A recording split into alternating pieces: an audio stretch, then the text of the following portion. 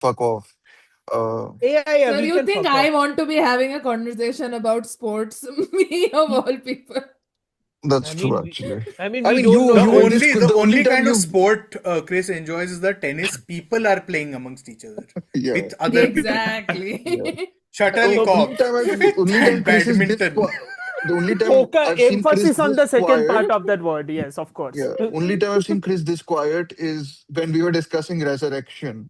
Yes. Like Yeah. the actual concept which Amartya is due anytime or No, the How movie, funny, the movie. Varun. No, the The movie. Yeah, movie. yeah. You might also see that during when we discussed Nouvelle Vague, just because I just could not care enough Ashwin, you're to alone have on this, yeah? anything to say So about it, but we'll see.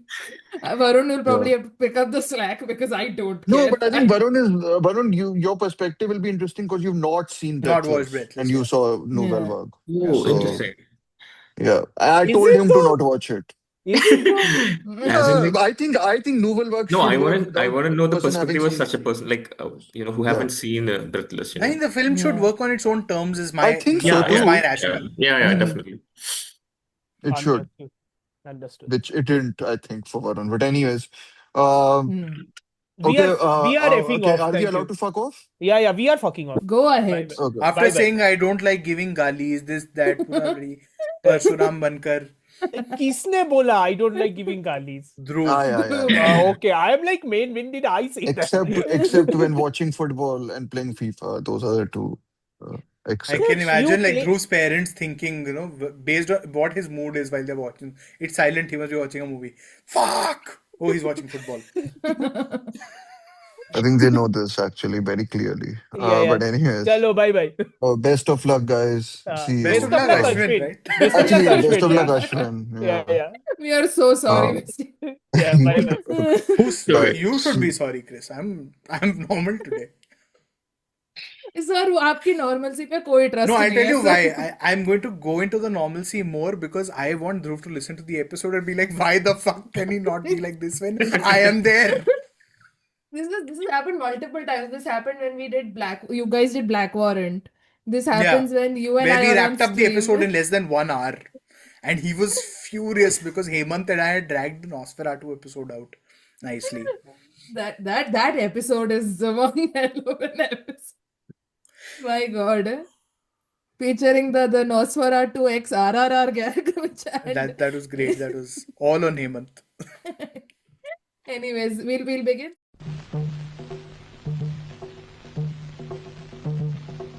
जादू मंतर जादू मंतर जादू Mantar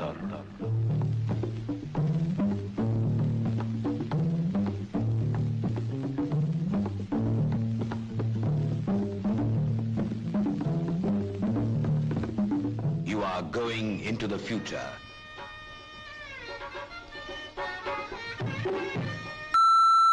You talking to me? They always be these clothing. என் பேர் மாணிக்கம் எனக்கு இன்னொரு பேர் இருக்கு Talking to me? The queen is dead. Hello. I hope you are not too disappointed that you are not listening to the dulcet tones of one Dhruv Krishna Goyal giving the intro to this episode. But yeah, he's not here this time, and he's very happy to not be here because of the people that I am joined, the person that I am joined by today for this, I think, 6th recording that we're doing, sort of catching up on the films of Still wrapping 2025. the year up. Still wrapping the most likely we'll have at least another episode because there's still a ton of titles which we haven't discussed, including like Marty Supreme and Hamnet. And Ashwin and I wanted to talk to Ashwin actually about Pillion, and there's a lot of other interesting stuff that's still not accessible to which has us. seen its ratings drop dramatically after its streaming release. Which I wholeheartedly agree with, unfortunately. Oh, okay. Much to my dismay. But yeah, we've done, I think, 2 recordings on the English releases before this, and 2 on non-English cinemas. One we did on Asian and Middle Eastern films, and the other one we did on like I think European and South American films. And then one was done. I think Varun, you were part of the one, right, on Indian cinema. No. One episode. You weren't there, okay? I wasn't there. No. Yeah, I think Amartya and Arjun and others were there for that. Okay. So this one is the sort of, so we had very general themes. This is all like Dhruv's doing. I'm just picking up from whatever work he has put in for the episodes that we were Throwing him doing. under the bus. A Not throw, mode I'm of giving him transport he has credit. never used. I'm giving him credit. I'm just saying I'm picking up whatever job he's done. But the general theme for the episode was like ensembles because Hmm.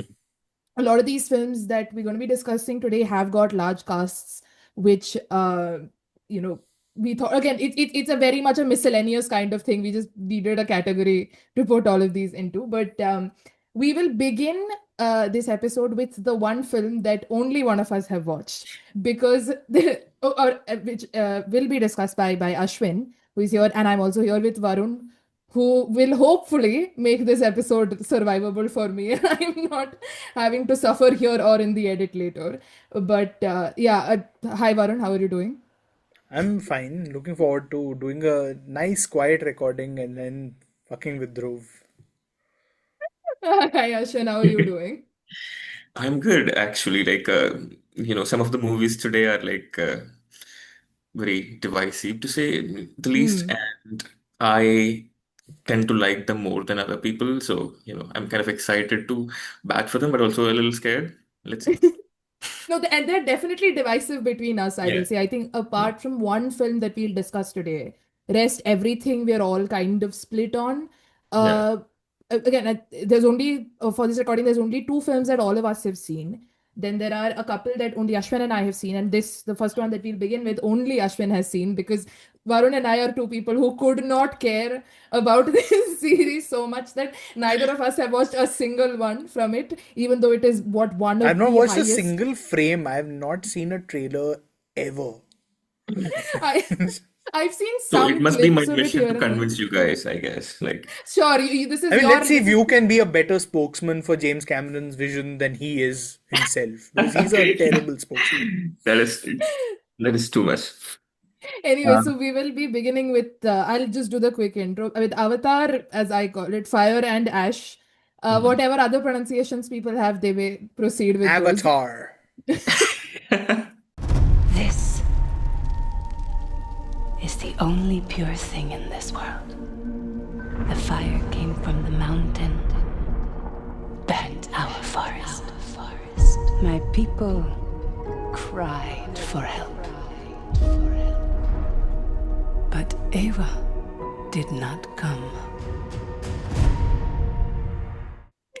which It's is at best directed American. by, of course, James Cameron, a screenplay by him, Rick Jaffa, and Amanda Silver. The cinematography is by Russell Carpenter, edited by a bunch of people, and music by Simon Franklin. And it stars Sam Worthington, Zoe Saldana, Sigourney Weaver, Stephen Lang, and Kate Winslet, amongst others. I was looking at its IMDb summary, and I'm just like, I like half the words in this like make no sense to me, so I'm just going to mispronounce it very terribly, whatever is written. So you have to suffer through it. It says Okay. Jake and Neytiri's family grapple with grief, encountering a new aggressive Navi tribe, the Ash people, who are led by the fiery Varang as the conflict on Pandora escalates and a new moral focus emerges. Ashwin, you can pick up from there. Okay, you pronounced all of it right. Yeah. Let's go So, on. so you guys have never seen Avatar. No. So I'll just do a brief intro of the world. It's basically just Disney's Pocahontas story, colonization story. Our hero is Jake Sully. He's a ex-Marine. He doesn't have legs now. He's disabled. And he has a twin, and his twin was supposed to go to this new planet called Pandora, where they have something called unobtainium, which is standing for oil or whatever. It's very subtle. So his twin dies, so he ends up having to go to Pandora in his place because they have this technology where this avatar thing, you go into a machine and you come out as this one of these alien people on Pandora because human beings can't breathe there, they need a mask. Um, so the avatar is our Indian avatar only, like, you know, kind of an incarnation of this person who is in this, sleeping in this, what do you say, cryogenic chamber of sorts. Yeah. And Jay goes there. He meets this native lady, Neytiri, and falls in love, all that thing, and he teams up with them and fights against the colonizers. It's like, a very typical story about colonization, and that's what the first film is about, their love story.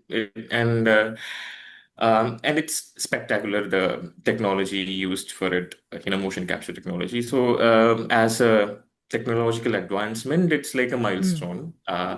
When it came out, I didn't really care for it. I didn't watch it in theaters or anything. But recently in 2020s, it came out again, and I watched it in IMAX, and that's when I'm like, okay, I get it. And it is so, to me, the biggest appeal of this franchise is that on the big screen as like 3D, this is the only franchise that I watched 3D in, because in Okay. every other film it's a scam, Yeah. but in this franchise it's not a scam. It is worth it. It is an unbeatable experience. I haven't seen Way of Water at home. I haven't seen Avatar at home after that. Like, it's just a theatrical experience. So whenever it comes out, I watch it like twice, Okay. before it leaves. So it's Is it no other shot movie. for 3D? Sorry, it Is it is like, shot for 3D on like native 3D cameras and stuff? I think so, and it is Okay. like directed, and the way things are done Yeah. have an immersion factor, 3D element to it, like Yeah. when you're jumping into a pool or like a river, or running through the forest and all. It has an immersive quality. It has to come from the direction, but it's not Absolutely. gimmicky as like an arrow flying to your face or anything like that. But it's very immersive. Yeah. Yeah, anyway, so Avatar was about that. It's a very simple story. When it comes to Avatar Way of the Water, Jake and Neytiri, they have a family, and now he cares about family. So in a in a broader sense, I felt like it's Cameron's own ruminations about having family and like 4 kids, and it's a movie like that, and it spends like 2 hours as a setup, introducing all these kids characters, and they go from their Amazon kind of like area to a different area with reef people. It's a new tribe. And you literally like spend like an hour and a half in the water, like, getting used to new creatures. And also, a lot of people hate Way of Water because like there's no tension whatsoever. It's world building for like 2 hours. And then conflict happens again. So in the most broader sense, it's like this Jake, he's this revolutionary figure who fought against the colonizer. He was the leader, he was the chosen one. It's like the usual Harry Potter, Dune, whatever, like he's the chosen one. He rode a dragon kind of a thing in the first movie. So, but in the second movie, he's a family man. He doesn't want to get into any of this thing. And he tries to hide from all kind of, conflicts, because he wants to take care of his family. But conflicts come to him, and it happens. That's what the second movie is. There is big action set piece where they fight against the colonizers again. And so, yeah, so basically, this Way of Water and Fire and Ash are like part of the same script that he wrote. Like it was supposed to be the second film, but that got too big and they split into 2 parts. So this third movie feels like a rehash of a lot of things because the setup is in the arena is still water, although the title is like Fire and Ash. So people have a lot of problem with that. That is one of the drawbacks of the third film. So today, like, yeah, okay, this is just the intro to the third film. So, yeah, so our intention today is to talk about our Avatar Fire and Ash, the third movie. So to me, it works so well because, like, I want to compare this to, like, one battle after another. Sorry. Because that's what, All like, praise in front of Chris. No, because there was this tweet that I saw like when this movie came out, because it has a lot of comparisons. Like the tweet said, like it's about a father who was an ex-revolutionary with a mixed race child, And that movie features one of the leads of Titanic, which this applies to both One Battle and Avatar Fire because Kate Winslet is in it. Anyway, so my thing, one thing that I really liked about it is that like one battle after another, I have complained about it in the past couple of episodes. So Yeah. I want to do it again a little bit. See, it's a very hopeful film. Like it ends on a note that, the kids are all right. They can take care of themselves, that. And to me, in 2026, that's a bit too naive. But in this movie, that's not how it happens. This guy, Jake Sully, who is the revolutionary guy, he has been like, trying not to get into the conflicts because of the same reason, similar reason. He wants to protect his family. But in the end, he realizes that he has to do it. He has to get into it, and not just himself. But he has to trust his kids and the younger generations. That part is going on, and that's one of the bigger parts of One Battle After Another. Also, like that, he's not trusting his daughter. Yeah. Yeah, so that is also like a big component in here where Jake has this very strained relationship with his second son, who is kind of like a loose cannon. So, one of the threads of the movie is that they have to reconcile to fight against this big bad together. Another thing is in the second movie, like I think I have to spoil, I guess, at the end of the second movie, his first son dies during the conflicts. So that kind of sets up a very so they're all grieving, and it causes like a faith problem for like Neytiri, the mother. They're all very religious people. This people who live on Pandora, like it can be closely related to like paganism more than our Catholicism and all, because nature is what they are like worshipping. They have a big tree, like a sentient tree. Everyone is connected through some big neural network. Anyway, so she's having a crisis of faith. We'll talk about faith later today in the episode anyway. So that crisis of faith is a big aspect of the movie because she's grieving. She doesn't know. She is very angry at everything. That part is going on, and then as Chris described, there is this new clan, this Ash clan, and the leader of the Ash clan, that Varang, is a new character introduced in the third movie. She's like a witch, like a what do you say? She has like a cult with all these people. They're like basically cannibalistic, I guess, like very troublesome people. So she turned dark because of a similar crisis in faith. Because when her family was destroyed during some conflicts before, like she lost all of them, so she lost faith in the God. So that there are two parallels of this Neytiri, the grieving mom who lost her son, and this lady who lost faith, and she's going wild. So that part is also going on. Then, this is too much to explain. So there are like first of all, this Jake's and Neytiri's children, they are mixed race children. Similarly, we have the villain character is a human being. He's a colonel called Miles Quaritch. He's been the villain from the first movie, and he has a son, a human son, who is now like an adopted son of this Jake and Neytiri. So there is a very conflicting relationship because his biological father is the villain, but he is an adopted son of this family.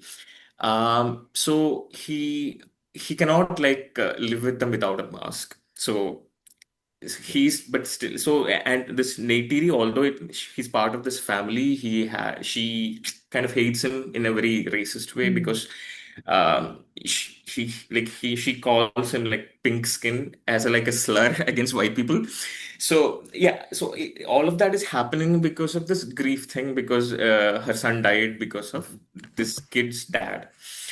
So all of that is happening, and so these threads are all like coming together towards the end in the big fight, and eventually that her grief, this crisis of faith will get resolved Hmm. through like a very dramatic thing. So what I think I'll have to spoil the whole movie. Go ahead. I don't know how it's, Don't worry, don't worry. yeah. So this kid, his name is Spider. He's the kid of this villain human guy, and he couldn't breathe without mask throughout Wait, the the movie. kid's name is Spider. Yes. Okay. His name is Spider. Anyways, so he cannot. He's a human being. He cannot breathe without mask. But at some point, he doesn't have any mask. They are running, and one of these kids again. She's like kind of closer to the god. She does something, and he's being able to breathe without a mask, and he kind of becomes a hybrid, figure. So the problem is that one of the biggest hindrances for the human beings in Pandora is that they cannot breathe. So now they want to know how it works for him, and they kidnaps him and all. And for these people, like, so the idea is that if he gets caught and they understands the technology and replicate it, it's disastrous to the entire planet.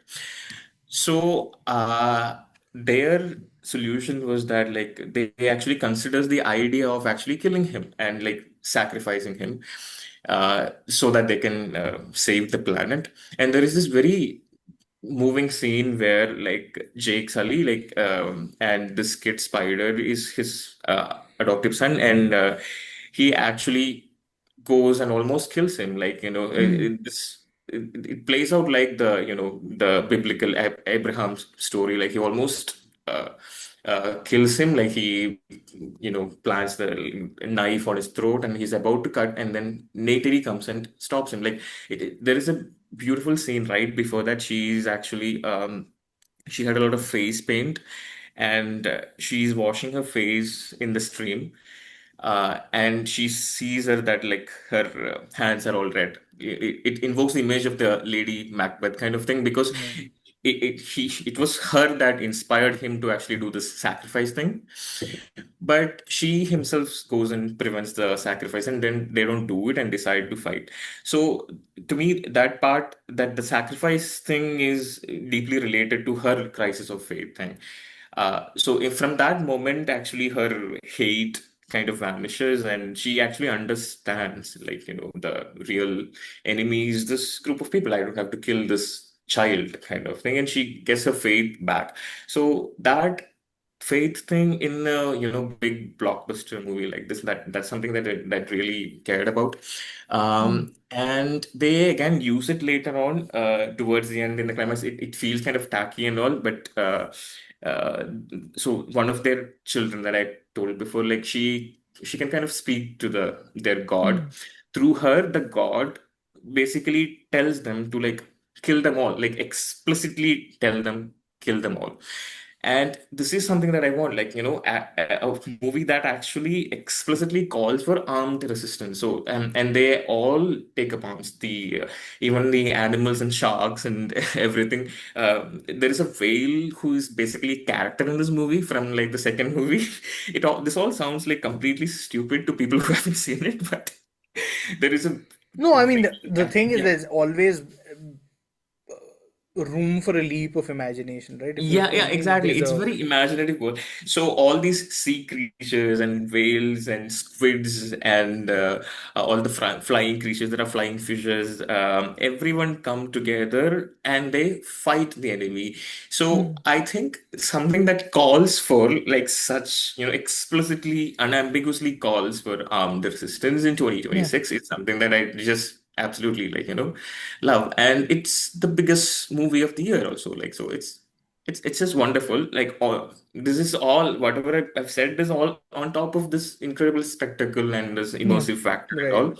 So I mean, he can just make very simple stuff, and just show off the technology. Like you can like when you compare it to something like F1, Yeah.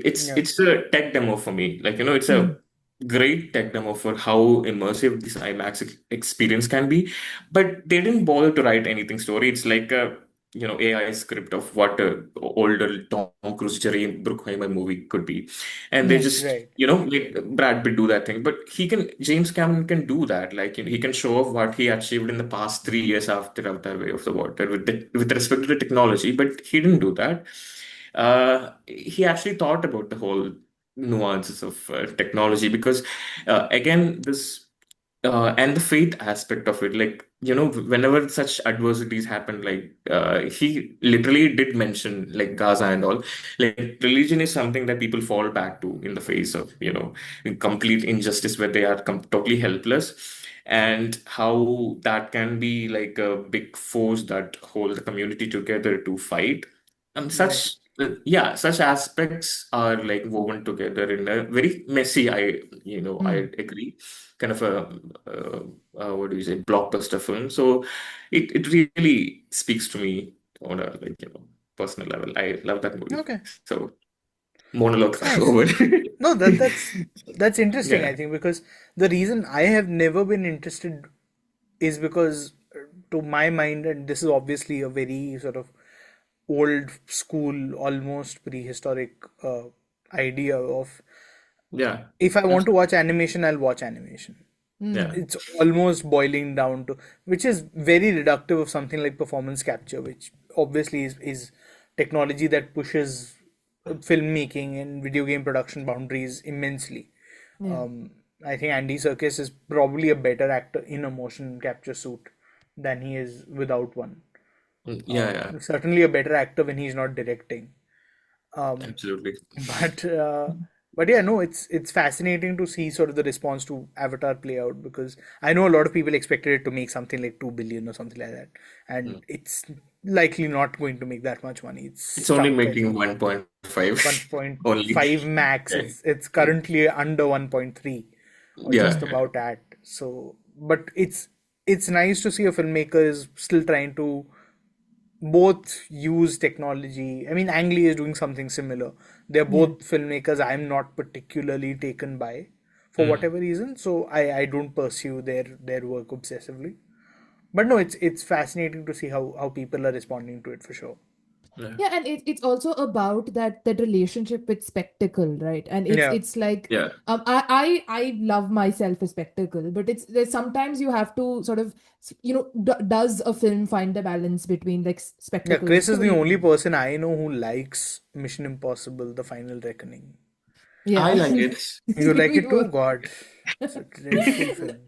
No, so like so far, when How can you I've like seen- Mission Impossible 8, Ashwin, and then say F1 is just a tech spectacle? I mean, yeah, sure. I mean, but it has some interesting elements to it. Again, Yeah, it's Tom Cruise versus Brad Pitt. I am sorry. I mean, for me, it's incredibly simple. no. See, Wife beater versus the F1 is Scientologist. so Got it. uninteresting. Like, oh my Yeah. God, could it be more like AI generated? Like, I don't know. Yeah, true enough, true enough. No, Yeah. look, the thing is, I of all people somehow did quite enjoy F1, despite the fact that I'm incredibly allergic to both sports and Brad Pitt.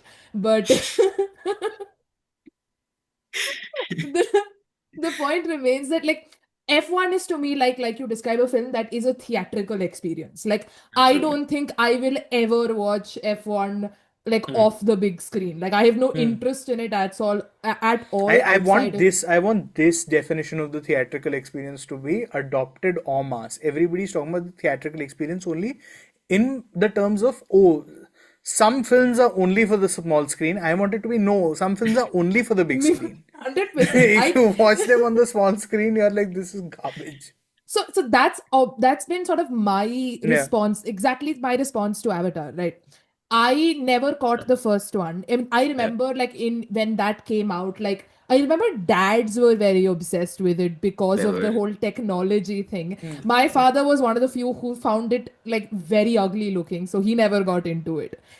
Even though he's been a big he enjoys James Cameron's work quite a bit, but I never got into it then. And then when sort of Way of Water and all comes out, I just haven't had that kind of investment to then be like, oh, I want to watch this and that, because I have been told it's pure spectacle with not a lot of writing or nothing outside of that to really engage you. Like that's the kind of rhetoric I've heard about the films, and it's not the kind of spectacle that I am into. Like from what I've seen from this, whatever graphics and posters and all of that, it doesn't really appeal to me. So my question would always be that, is it something outside of that spectacle that's worth engaging with? If I do watch it on the small screen, is there something that can keep me engaged apart from the fact that, oh, it looks really nice, or oh, it's a technological marvel? Is the question. I mean, technological marvel in any case, I think is the wrong sell for a film.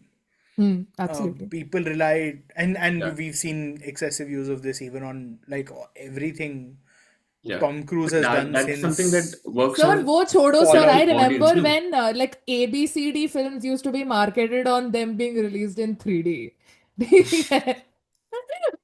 I like how that is where Chris has taken this conversation. That's my job. That's the only reason I'm here. Anyway. No, but like, I mean, very big disconnect between people like us, like Letterboxd crowd and general public. I mean, I was looking at Letterboxd. Avatar: Fire and Ash was not in top one in the past 3 weeks. None of the past, even the week it was released, and it made like 1.31 billion in like 18 days, and it's still not. It hasn't crossed 1 million. I guess I don't know. Only recently.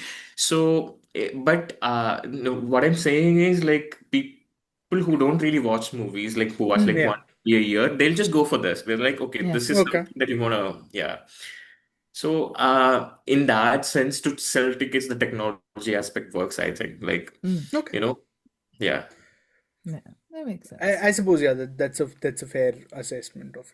No, yeah, but because like the most people I hear people talking about Avatar is the non-movie going crowd. It's my brother who only sees Marvel movies or anime movies in the theater or doesn't go for anything else, or friends and family who like they'll maybe watch a big blockbuster here and there. Apart from that, cinephile crowds I don't talk to people, so I don't know who's going for what. I'm only bothered by what I'm going for.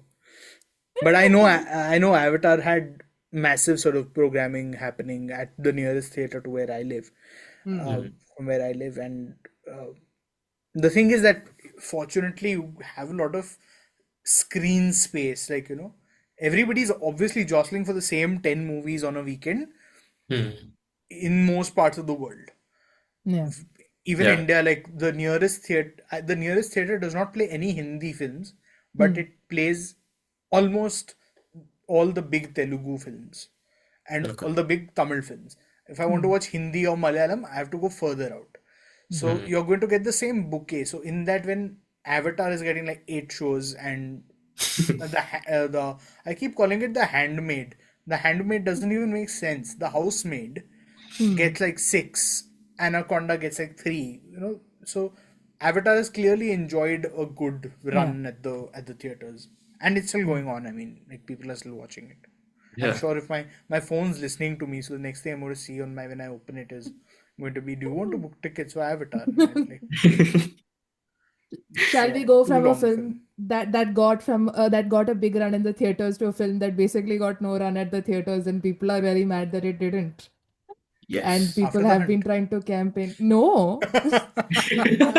So I'm going to address that because you're talking about Wake Up Dead Man, the third installment in Rian Johnson's Knives Out films, starring Daniel Craig as Benoit Blanc.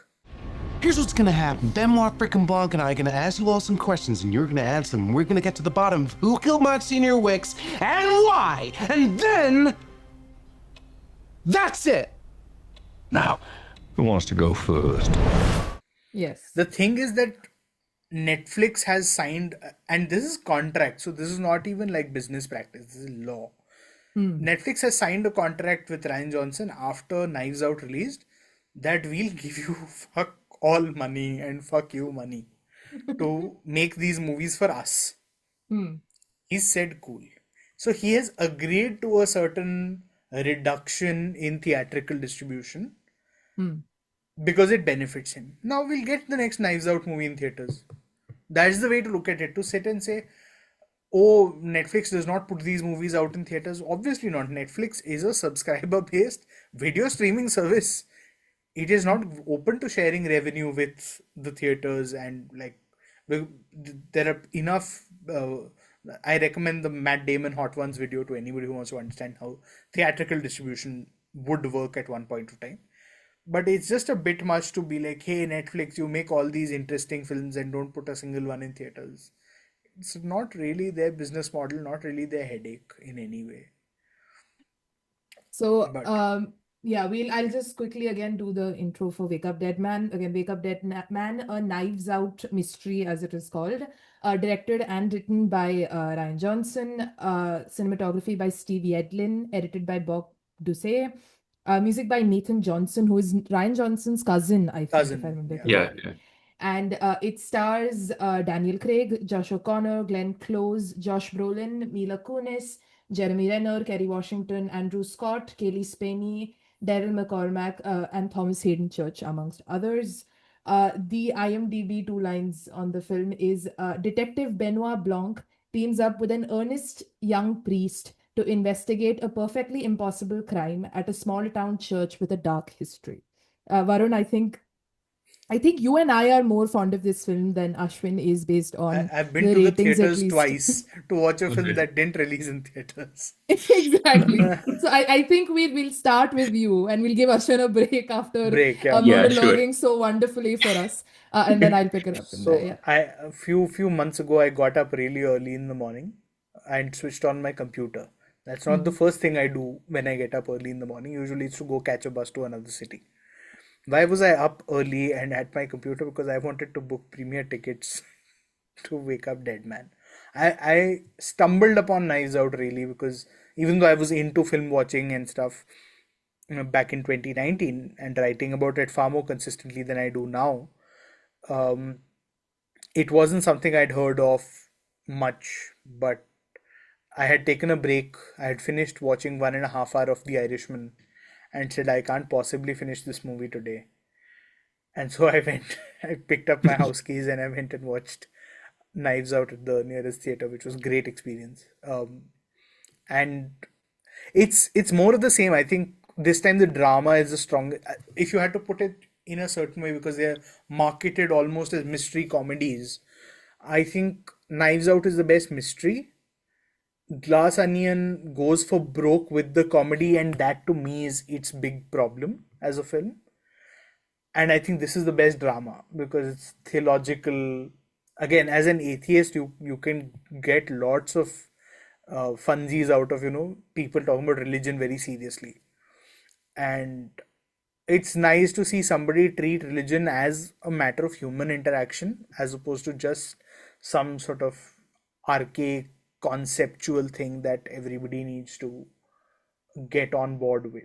And I really like how Johnson assembles these pieces. I think this one has possibly the most out there false note in terms of casting of all three films, which is Mila Kunis is like, anytime she's on screen, I'm like, dude, get away from here, please.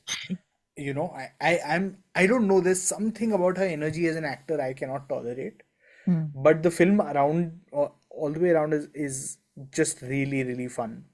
Noah Segan, I think you forgot to point out. He's been in all the Knives Out movies, and he shows up here as a barman, and just great fun all the way through. And it's got its own nods. So the first Knives Out movie had Ana de Armas, who was also then shooting No Time to Die, the final Bond film Daniel Craig did with him.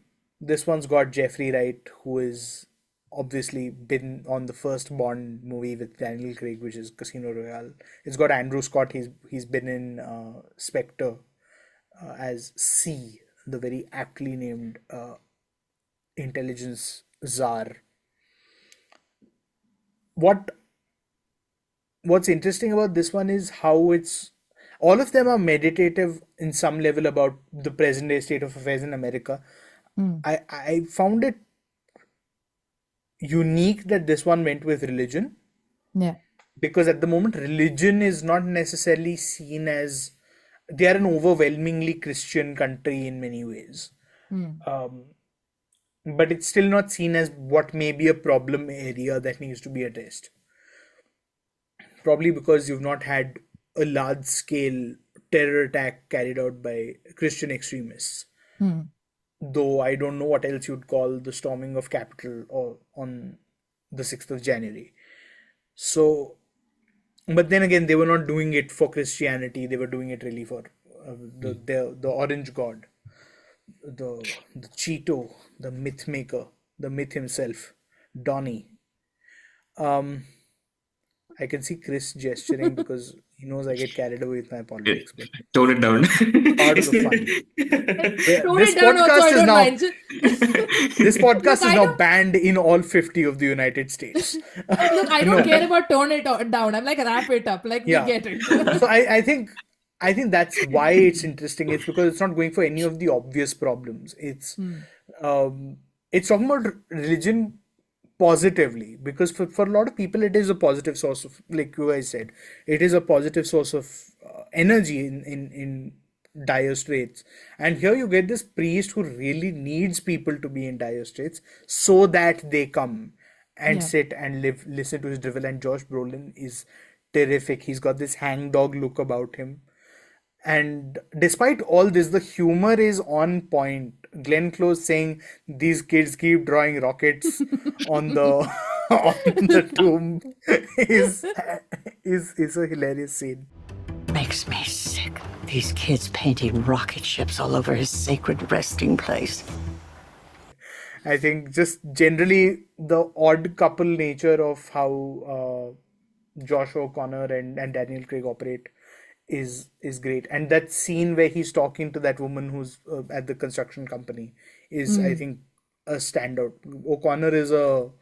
O'Connor and Mescal are kind of the actors I've now pinned my hopes on, that okay, you at least have charisma of your own and you're not borrowing it. You hear that, Glenn Powell? Have you seen Gladiator 2? I have. And you think he was good in it? I don't think he was good in it. I think he did what he could with the material he had. No, When but you've got 5 cameras, I don't think you're going to be able to give a compelling performance also. Right. I mean, yeah, Denzel was the found only him- good thing about that film. Correct. I found him. I like him as an actor, but I'm still not convinced that he can be a star. But I mean, George I can want be a them to be star. stars in the George Clooney sense, wherein you may not necessarily get the big blockbusters, but you are able to consistently get enough money for movies to be made with you, and because you're a good enough actor. Like, of the Yeah. top 20 grossing films of all time, I don't know how many George Clooney has been in, but he's been in some of the most culturally relevant cinema of our time. He's been in Yeah. some of the most fun films of our time. He's Yeah. in Burn After Reading, for God's sakes. Yeah, And he's great in Oh Brother, Where Art Thou, absolutely. which is another white supremacist stabbing type of movie for Yeah. anybody who doesn't like white supremacists. So I'll pick up from there. And my thing is also that, so I come into Knives Out quite after it, became sort of popular when it released. I didn't sort of catch it when it first came on the scene. I think I very much I'm personally not a fan or the biggest fan of Daniel Craig's James Bond, minus Casino Royale, which I just adore as a film. And I'm also a big fan of Mads Mikkelsen. So that's a film I really enjoy. But apart from that, I've never really been invested in him as Who's your Bond. favorite Bond? Pierce Brosnan. Of course. He's a family favorite between my mom and I. For But a second, I thought you were about to say he's a family friend. He's a family no, friend. sir, What are you he doing? did Doing the the podcast Pan with ad, us. but no, we didn't get him to do a Pan ad. Don't worry, by tricking him into doing. Anyways, I think I got more invested in it in the sort of post Bond thing. So where he started, I found out that he plays a queer character. Obviously, that's how I enter into it. And I watched Knives Out and Glass Onion at the same time, and then it goes into queer, and then it comes back. But I found the films really interesting. I've not read a lot of Agatha Christie. My mom's a big fan of Agatha. We have like basically her entire Poirot and Miss Marple collection at home. She's a huge fan. I've never really enjoyed the writing per se for my taste. Nor have I. But She's so a dreadful my mom would have an aneurysm. But anyways, I found the first film quite enjoyable. I personally really like Glass Onion because I like how campy it is and how it just like the Ghost for Broke. I like it because I like camp a lot. I like that it just goes for a kind of wacky spectacle and like just having a lot of fun. And I Yeah. think it's also like the time that it comes out, it's very much sort of reflective of, and again, Knives Out, the films are surprisingly set, like you said, in a zeitgeist and sort of reflective Yeah. in very interesting ways. So I think Glass Onion makes a lot of sense to me as a sort of COVID or post-COVID kind of a film. So coming into Wake Up Dead, Inter-COVID, I mean, they're all wearing masks when they get off at the Greek island. So it's Mhm. set Yeah, so during, right? during COVID, yeah. Yeah. So coming into to Wake Up Dead Man, I mean, first of all, you've got like as I jokingly called it, a problematic age gap yaoi between two Luca Guadagnino boys. I'm like I can't ask for more, at least as a pitch. But no, I really enjoyed this film also because I personally like Varun. I'm also an atheist, and I have no like sort of personal relationship with faith. But Mm. I've seen people who hold really complicated relationships with it, particularly in the sense of like, trying to negotiate, for example, bigoted views that some like some theologies hold versus their personal relationship with God, or knowing that maybe like from a scientific perspective that that kind of that God doesn't exist, but still finding comfort in the idea of faith and religion and such. And I say it I heard it said very interestingly by Dan Dennett, where he says there's a difference between belief in God and belief in God.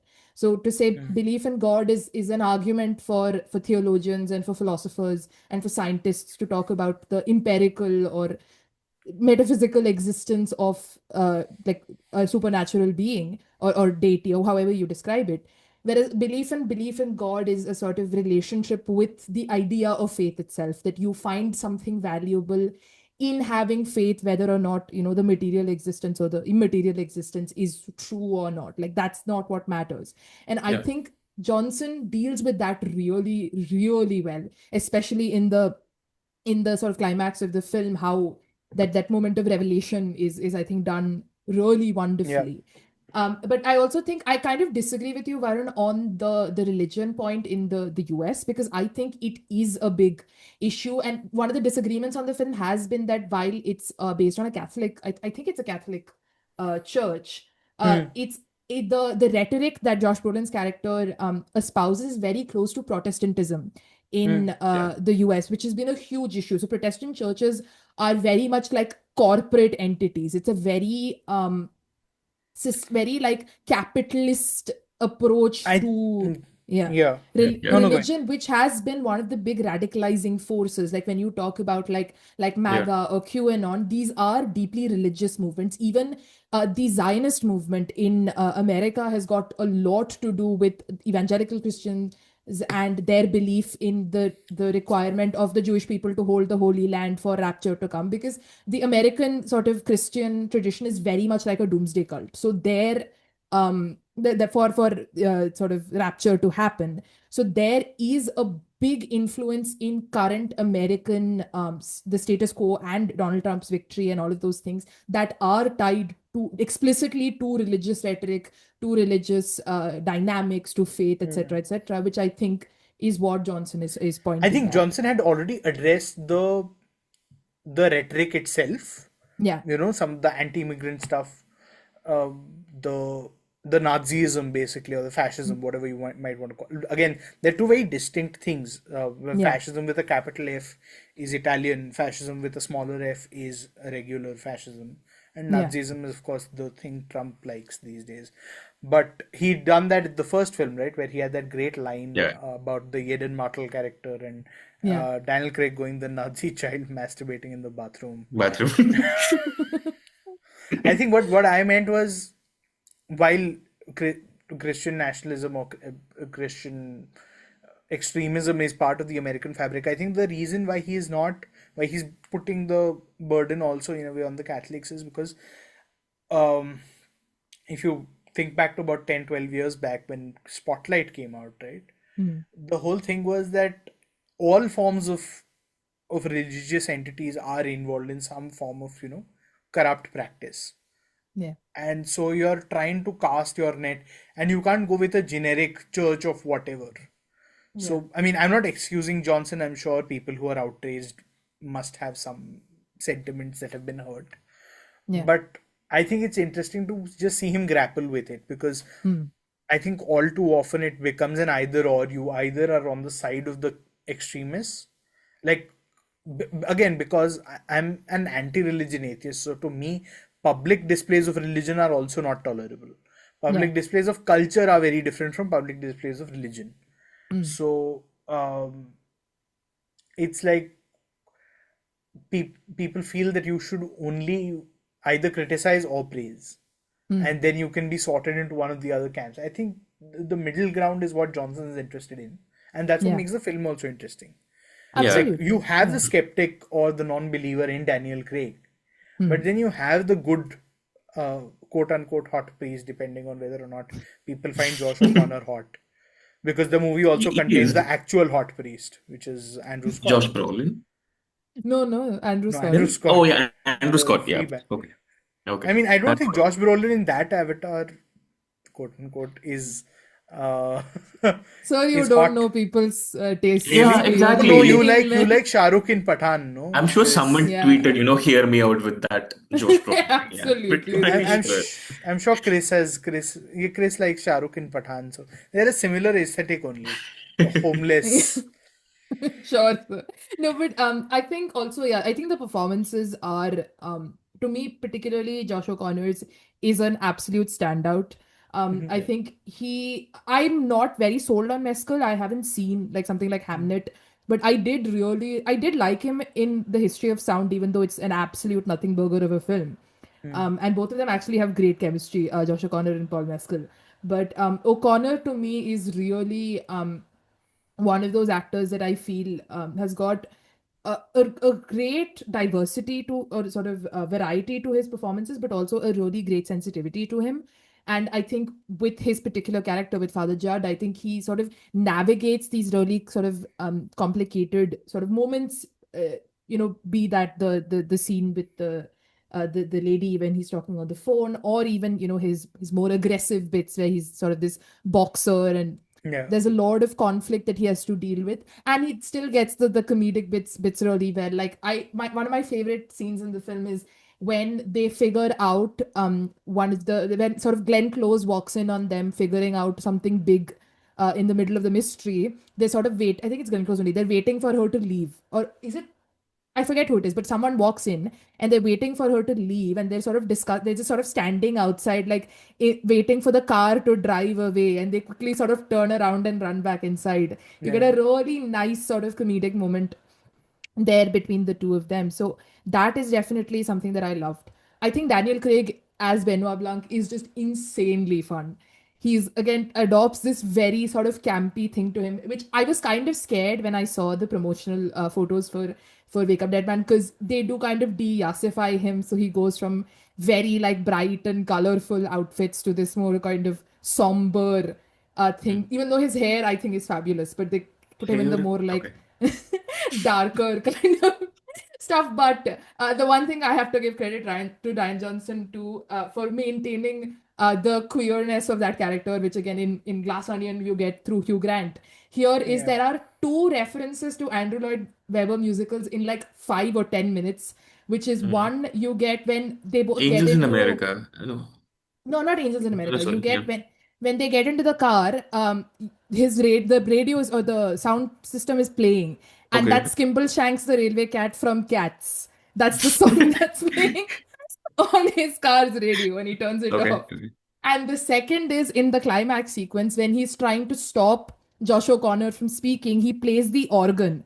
Those are the opening notes to the Phantom of the Opera overture, which Nice. opens the musical. So it's a very, very iconic set of notes. I think Wait, it's so a what does DS this have to do with queerness? musical theater in America is synonymous with the queer community. Like there's a deep Man, those relationship. people have really turned everything into ये करते हो तो ये हो, ऐसा करते हो तो वैसे हो. अरे इंसान आर्टिस्टिक चीज एंजॉय कर रहा है boss. So, but you didn't get as much. I mean, apart from the fact that I was shipping O'Connor and Daniel Craig the No. entire time. Yeah. I got a very paternal relationship there, a very father-son like. No, but you have No. there's one scene where Daniel Craig closes the door, like leans over Josh O'Connor and closes the door. The sexual tension in that scene is palpable. Okay. So, so apart from that, you don't get Okay. that kind of sort of queer banter or that kind of banter that you especially got in Glass Onion. So for me, it's the nod that I am taking. It need not be why Rian Johnson See, in put it Glass in, but Onion, it made sense. The what you're talking about, the costuming in Glass Onion, yeah. it makes sense because if he's wearing dark clothes on a sunny island, he's going to get baked. So he has to wear a certain color. He's wearing a peach. I really thought that peach colored shirt was very smart. We're not doing video podcasts, otherwise I would have held up. A friend of mine recently gifted me the cutest pair of socks. They are pink and they've got Labrador retrievers on them, which is I mean, again, right? For the longest time, these macho dudes have only ever worn blue, green, red, black, gray, brown. Yeah. That's still 7 colors, but like it's just variations and they're very No, similar green looking and red colors. is also a stretch for most of the time. I mean, Yeah. dark green, like Yeah. a military green kind of color. But Yeah. I was like, yeah, okay, it makes sense for him to be drably dressed in a dreary town. Yeah. Blends in a way. Yeah. And then Mila Kunis shows up and ruins the whole bloody thing. I didn't like Jeremy Renner actually.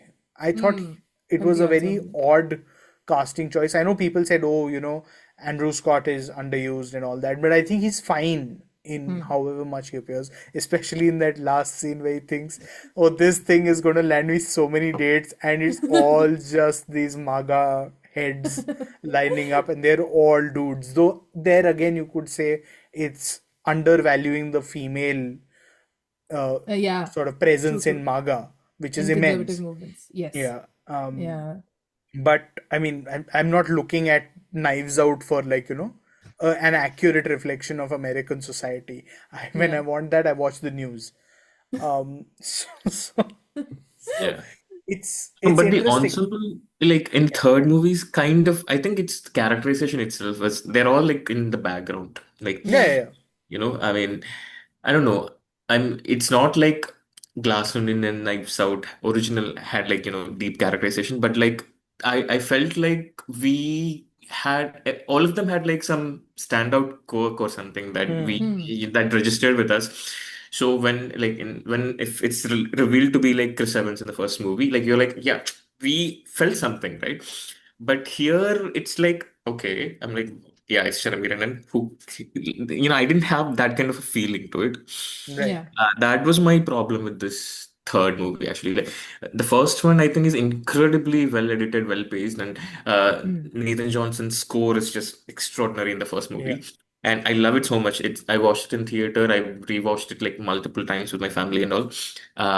But that pacing, that mystery solving thing, self-aware mystery solving part, that is what I missed in this third movie.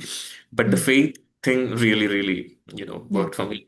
I'm not religious, but I really like I don't know why faith. you seemed almost scared when you said that. We don't attack people who are religious. I just want listeners to know. I'm not scared. I clarify that because like I spent like some 15 minutes on Avatar talking about the faith in that. No, but you can So I observe don't want things people to without. think that I'm See, you resonating go with. and watch Triumph of the Will, and you observe things about it doesn't mean you are a Nazi, no?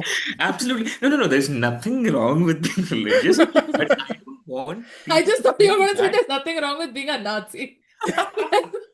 Hey, it depends on which country I you're living in. see. I don't want people True. to think that it resonates with me because I'm religious. It resonates Right, with me because it's done well. I'm crediting the right, yeah. basically.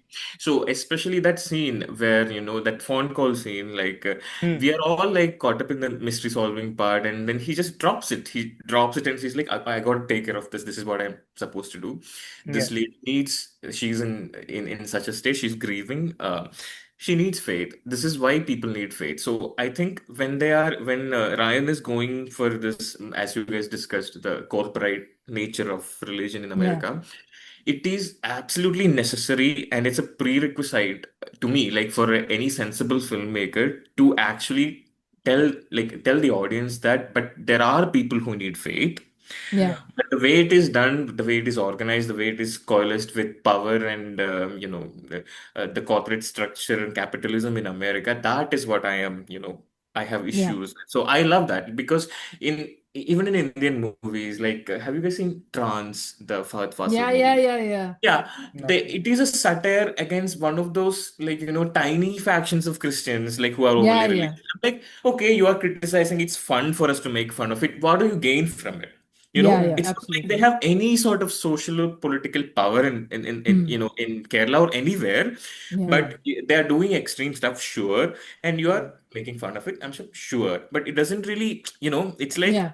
I I think feel it's like also they're because that's punching down. safer, right? You see, No, yeah, but it's it's safer. safer, Yeah, I like mean, they won't make a attacking movie about mainstream Catholics Hinduism, like that, Islam. right? Yeah. So, Absolutely. yeah. So, but in this movie, like Rian Johnson made sure that he doesn't have anything against believers, and Yeah. explicitly like establishes that there are people who actually need it to like deal with mortality, and um, if you're completely hopeless, you need some sort of a ray of hope to wake up in the morning the next day. Yeah.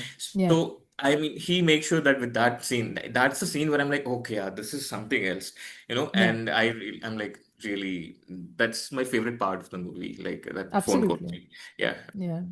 No, I think it's at the end of the day, that kind of thing, that's the evolution of the Knives Out series, right? It starts as this sort of really I think in a more traditional sense of even the sort of genre that it's going for, where the center is this kind of mystery and sort of Blanc is more on the side, who's kind of, even he's introduced as a guy who's like sitting there and listening, and then he sort of comes into the fray. Whereas in Glass Onion, there's a more, I think he's centered a bit more in Yeah. the goings It around, is and his film. it's his So film. the Everything first is film from is his, and also Lucky Stanfield's, and also Anna de Armas's, and Yeah. Chris Evans's. And then the second film is really much more his film and just the suspects. And then And this is this more O'Connor's film than it is his. Yeah. Yeah, and I think it's really interesting that he does that, because he's also exploring the limits of this sort of template, right?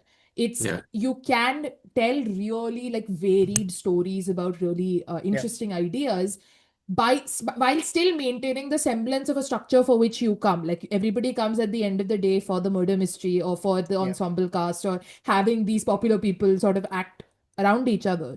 But even in that, you can explore these really complex themes. You can have these really compelling performances, and you can explore those. You can have the fun and the comedy and all of it, which is why I'm like really excited to see like where it goes and however long it does go. Because I think Johnson is very much interested in doing interesting things with the genre, with the setting itself. Yeah. I mean, see, the thing is, as long as they're well written, theoretically, they could go on for another 30 years, right? As long as Yeah. both Johnson and Craig are alive. Because this is not James Bond at all, clearly. He doesn't have to run.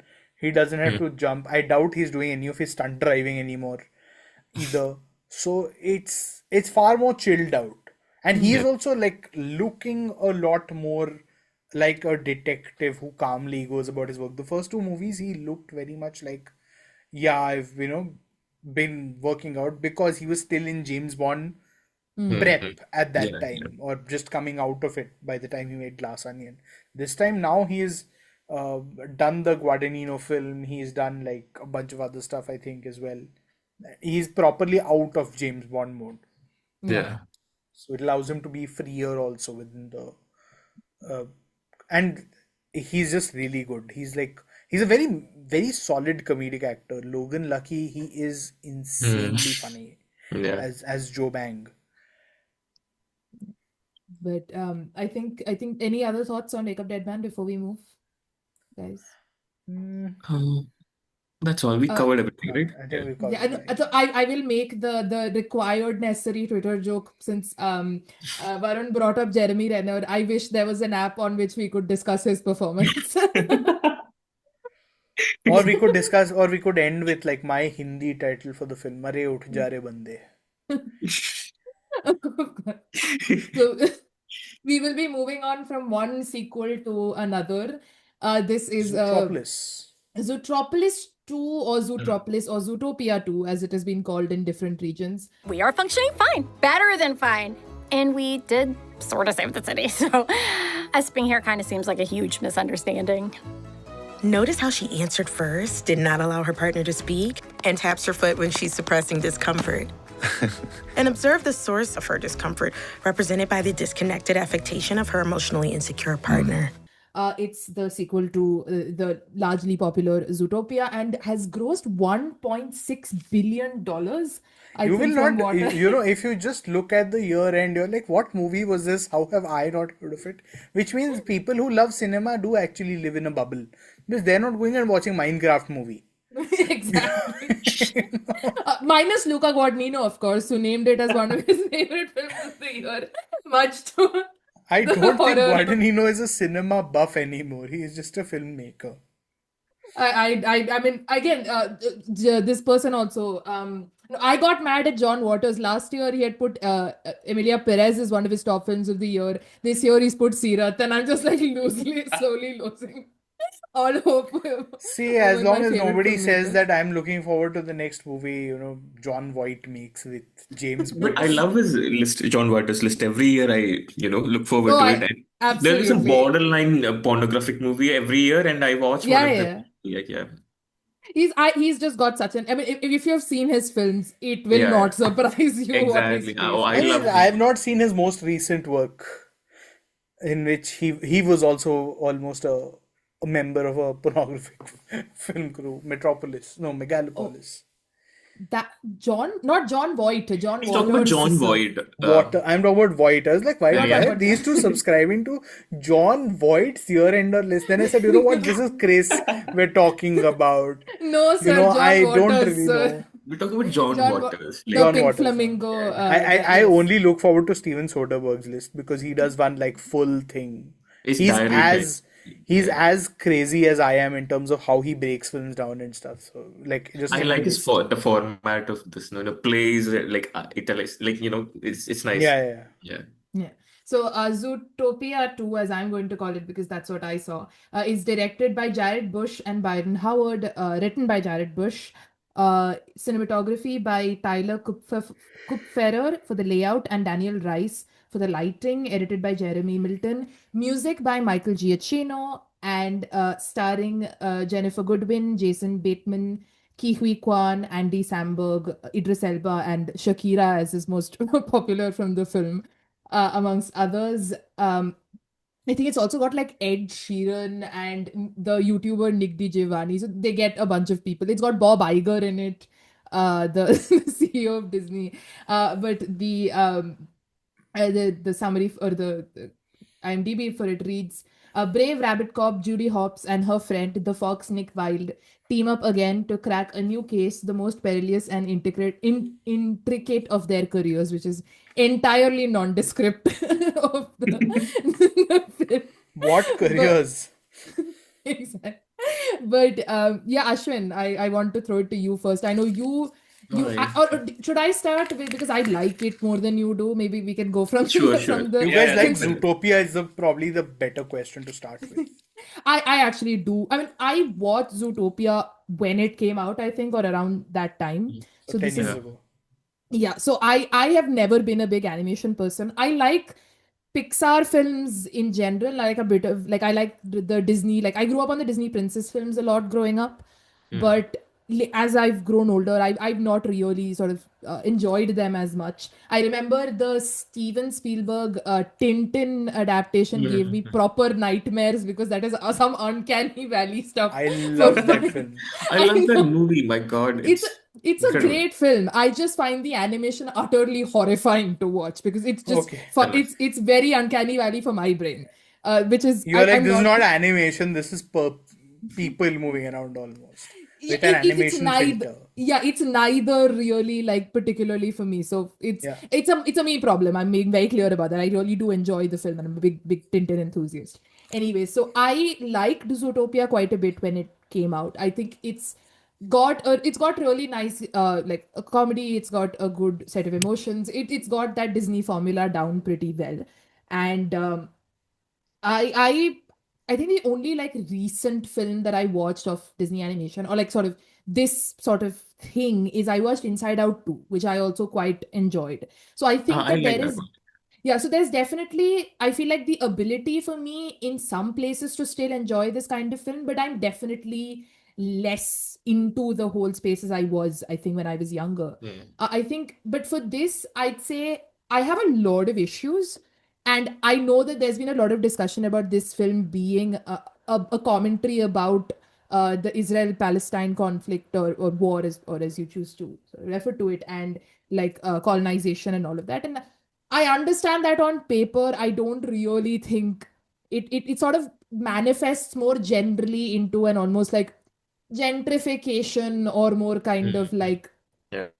discrimination story. I don't think it goes particularly into Yeah. that kind of field in a very, it's like it can be read this way. I don't think like it's meant to be this way if you compare it to something like Super James Gunn Superman or something like that, which is much more this is not a value judgment. This is just a Yeah. description, very sort of neutral description of what happens in that film.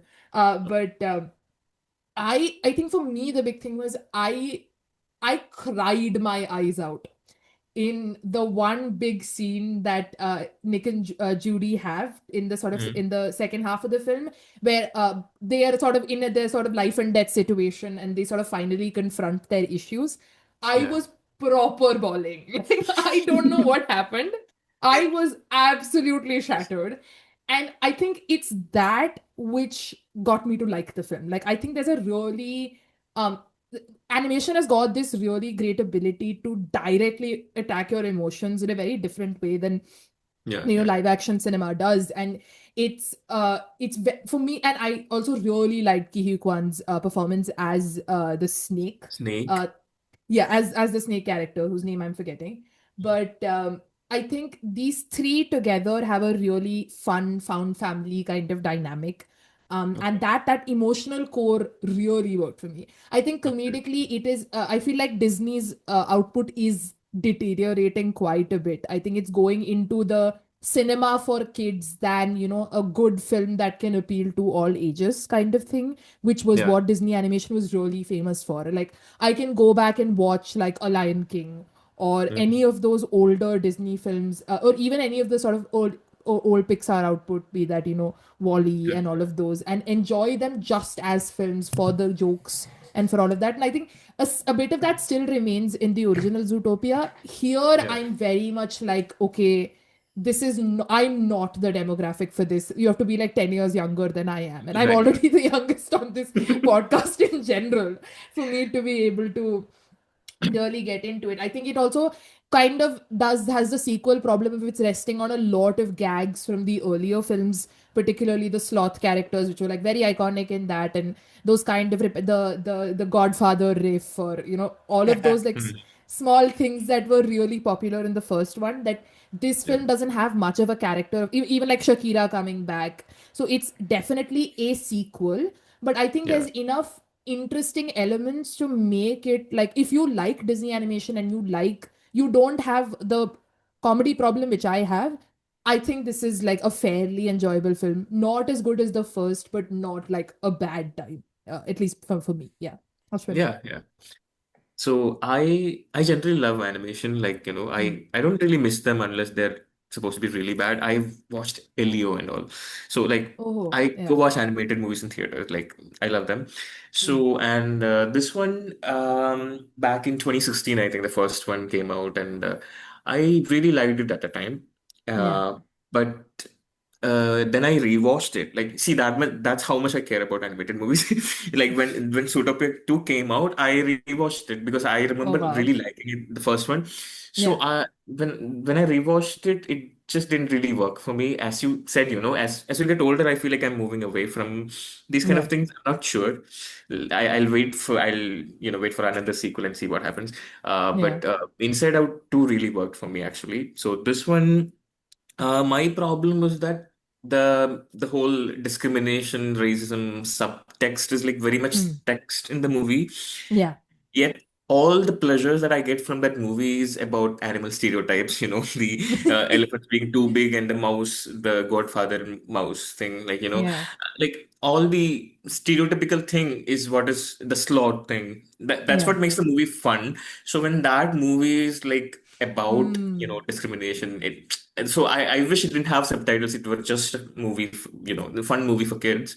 I might Yeah. have liked it more. And in this time, they're going for much bigger, like the Israel-Palestine thing. Is it that? I Yeah. don't know, but I've so seen a lot has of people describe it as that, even though I don't particularly see it, to be maybe honest. People will read anything into anything. They read Israel Palestine into the Superman movie also, and you I But can't that's just make very talked about. explicit. He just No, but that is very explicit only. yeah, that That's is what But I explicit. Cameron mean, is. I don't Sorry, even know. Gone. No, in the sense that I don't know if the movie can get made that quickly. Yeah. It may have been tacked on later, but to say, oh, it started with an agenda or whatever. No, I don't know about that because I think from what I understand, I could be completely wrong. This particular Amartya will kill me if I get my like comic book No, it knowledge doesn't wrong. matter. But even though I think there has been this kind of commentary that has been done before In through the Superman. Superman comics, is Okay. from my understanding. So Okay. it's no, and also like depending on this thing, it's also that the Israel-Palestine conflict is not a post-October 7th thing. It No, it's has not. been part of the Yeah. But a lot of consciousness for people a do long tend time. to jump onto the bandwagon of such things. That is true, 100%. I mean, I'm not denying that at all. I'm just saying from a timeline perspective, I would give it the what do you call benefit of the doubt, because I do definitely feel like that is what it's going for in the way that it's positioned, Yeah. at least aesthetically, that at least, or it was you can make it maybe slightly more vaguer in that there is this kind of the West versus like Middle Eastern nations kind of Yeah. rhetoric to it, which then can be abstracted into or made more specific into Israel Palestine. But that is very different from what Zootopia 2 is. Like Zootopia 2 is just about a group of people who want to live in peace and harmony, who get marginalized by rich people who then sort of bulldoze over their areas and throw them out, and they are trying to come back and build peace and harmony. Yeah. It's that generic as I described it. Right. So that to read as Israel Palestine is to me a bit of a leap as compared to something like Superman is all I'm saying. Yeah. Yeah. So for this one, I don't know. In the first movie, we had the conflict between those two, and them becoming friends. The enemies to friends. That thing, it Yeah. was kind of fun. But this movie has the sequel problem, like the second season of a series, where okay, they are settled in now. They are on the same team. Now we are just following their career, kind of thing. So Yeah. it wasn't that exciting to me, and the world building is also not particularly like expansive compared to the first one or anything. They didn't Yeah. expand too much on it. So it was just okay. That's why, yeah. I don't hate it. It's an interesting phenomenon also. Like, I have no idea how it made 600 million in China. Like, what does it? I don't know. No, I I think mean, there's the been thing is, you can't send children to movies alone. They have to go with parents. That's how these Yeah. movies make money. No, and there's Absolutely. also That been a lot of very interesting discussion about the fact that parents now are the people who grew up on the first part of these films or the kind of Disney right. animation sort of thing. So it's for them an opportunity to like, why do the live action films, by God, Lilo and Stitch made releasing at the same time as Mission Impossible: The Final Reckoning made some absolutely obscene amount of money. I think That's that the also made offensive like part for you, that it clashed with Tommy Dearest and took half his box office. it made I think $1 billion or something. That also It did. did. It And how did. much did Mission Impossible make? I think 500? 600 million. Yeah. It did not do well. Shambolic. Anyway, so the point is that those films are making money, or one running theory is that because the people who have kids now who are the age to watch such a film watch the original Lilo and Stitch and had a relationship with it growing up and now can introduce it to their children. So apart from the existing audience, you also have this nostalgia audience and a sort of, so everybody is basically going I mean, for there it. is And also novelty value, right? Like Yeah. to a lot of the live action remakes. Dhruv keeps bringing up the Lion King live action remake, quote unquote, because it's not live action, right? I call it photorealistic remake, Yeah. photorealistic animation, whatever. But people want to see that. It's that whole tech thing again. How far are you able to push the tech? yeah. I still think they had done a decent enough job with the Jungle Book and they should have left it at that. But when it became successful, they're like, holy shit, you can be rest assured there's going to be a Zootopia live action Oh yes, of mimicry course. at some point. They're Where, currently casting the Tangled film, which I know for a fact. Yeah. but The Tangled already still cast has it. human beings, no? So you yeah, can yeah. still do it. The whole idea of talking animals was that it's a realm of fantasy and Yeah. animation and stuff like Yeah, that. yeah. And It's suddenly you're like, no, bad. Like, we'll send these photographers to Paint and they'll photograph the tiger and the and still they're like, we want to make a realistic Gigantopithecus. I'm like, but it is an extinct creature. It doesn't exist anymore. So what's the point of photorealism getting in the way of, everything else? Sorry, Ashwin, you were saying something. no. Yeah, the Lion King thing. I see. I'm so tolerant. I went and watched it in theaters. Also, Barry Jenkins. So I mean, it was just it, so annoying because you're just seeing like a bunch of lions. You can't even, distinguish one from the other. And this guy is known for. I think that's how the lions also talk about Yeah. us. What the fuck? All the same. Who are these guys on the safari? This guy is known for, his beautiful, gorgeous close-ups, and he has this instinct to do the same with the lions, and to get through the film, I had to like imagine the actor's face, that guy, I forgot his name, the Rebel Ridge guy, Aaron Pierre. Aaron Pierre, yeah. Yeah, he is the main guy in life. So I'm like, okay, whenever the lion starts singing, I just think of him. So that that was the only way I could get through the movie. So it's not a good use of technology or whatever.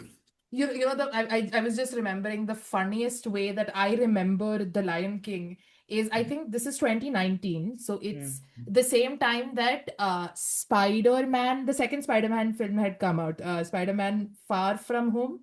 And the thing is, my dad and I went to watch it at our local theater, and so it came out the first week, we missed it, and we went the second week. And the thing I didn't know is at our local theater, the first week the shows showed in English, and the second week the show showed in Hindi. So all the trailers were in Hindi, and I'm watching the trailers, and there's Shah Rukh Khan's voice in the Lion King He did trailer. the Lion King dub. That's the only thing I remember about it.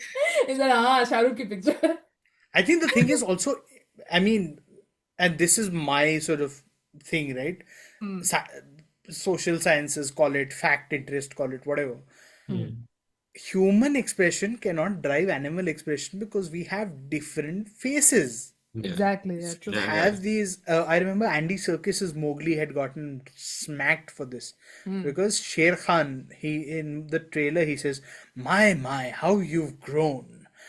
And you're like, yeah, that's Benedict Cumberbatch in some sort of makeup, dude. That is not a tiger. Yeah. That's Ben in something that you put him in a fursuit. leotard. Yeah.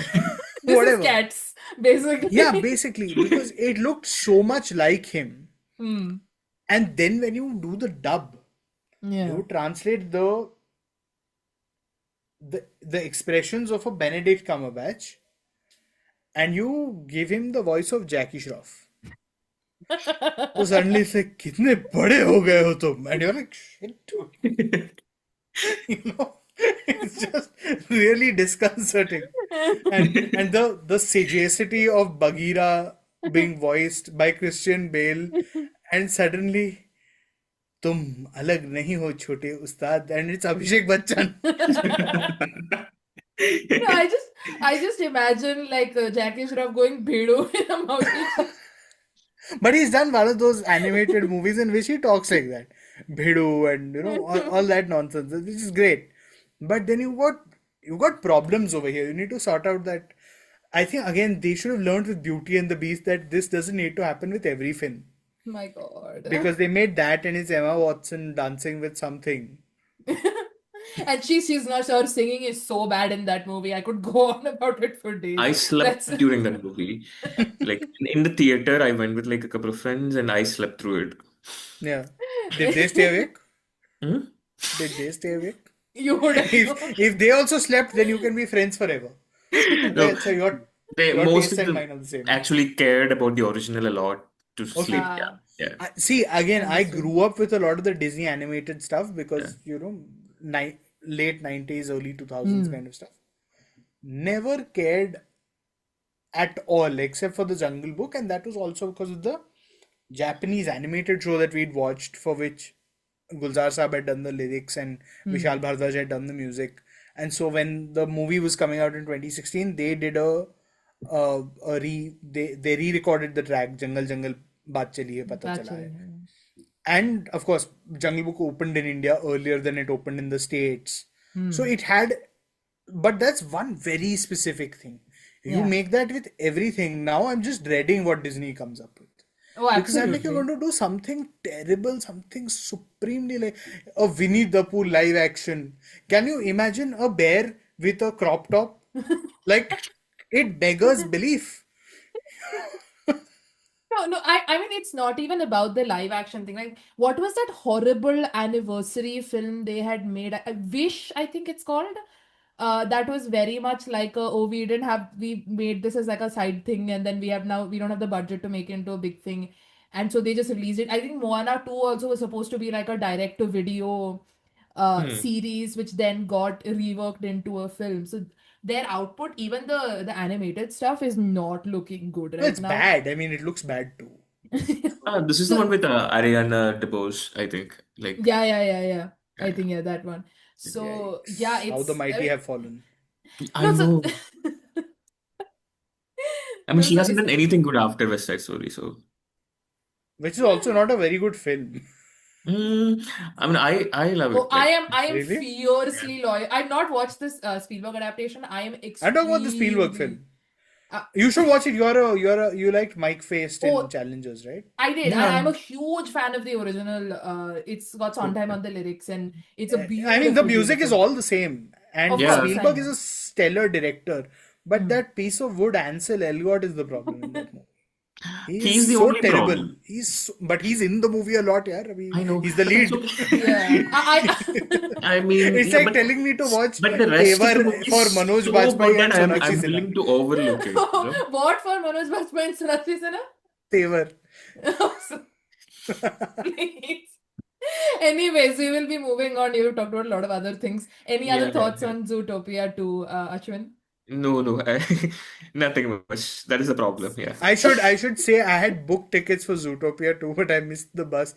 Otherwise, I was going to do a double feature with Zootopia 2 and The Housemaid.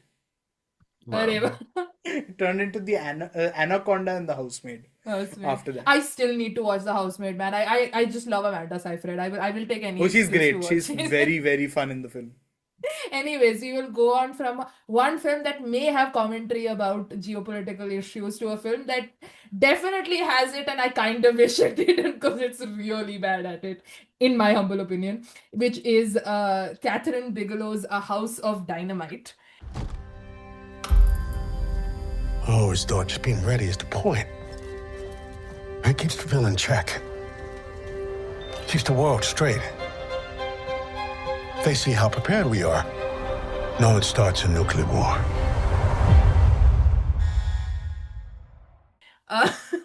This film is directed by her. It's written by Noah Oppenheim. Cinematography by Barry Ackroyd. Edited by Kirk Baxter. Music by Volker Bertelmann. And it stars Idris Elba, Rebecca Ferguson, Gabriel Basso, Jared Harris, and Tracy Letts. I think this is a bit of a bitch session between, again, Varun has not seen this film, but it's going to be a bit of a I bitch don't watch session. anything that takes geopolitics to such fantastical limits as You the shouldn't, American honestly. president will be smart. I don't buy such fantasy. Needs to be credible, guys. That is- sorry. I will also read what IMDb has to say about it. It says, when a single unattributed missile is launched at the United States, a race begins to determine who is responsible and how to respond. Which is what the film is about 3 times over in increasingly diminishing returns. But I'll throw it over to Ashwin to begin our bitch session. The bitching session? Okay. Yes. So, yeah, I mean, I was very excited about this because, you know, the stupid Venice crowds, whatever they were smoking, like, had like very rave reactions to it. Like, it was the most critically, enthusiastic reaction was for this movie, I think. I think the more accurate thing would be to say they saw the film after a rave or at a rave. And those were just their regular reactions after that.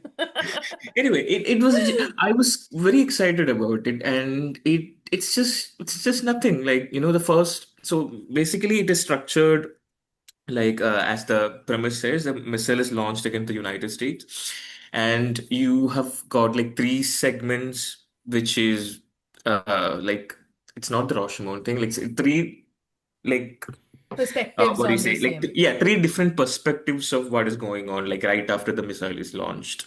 And the first thing that sets the whole thing up with Rebecca Ferguson, it's really good actually. And you feel like, oh, this is going to be a thriller. Even if you ignore whatever political problems you have with the film, you thought, oh, you can enjoy the thrill of this thing. The premise is very interesting actually. Yeah. And as a procedural of how it is being done, what do they do when this happens, I was very intrigued by it.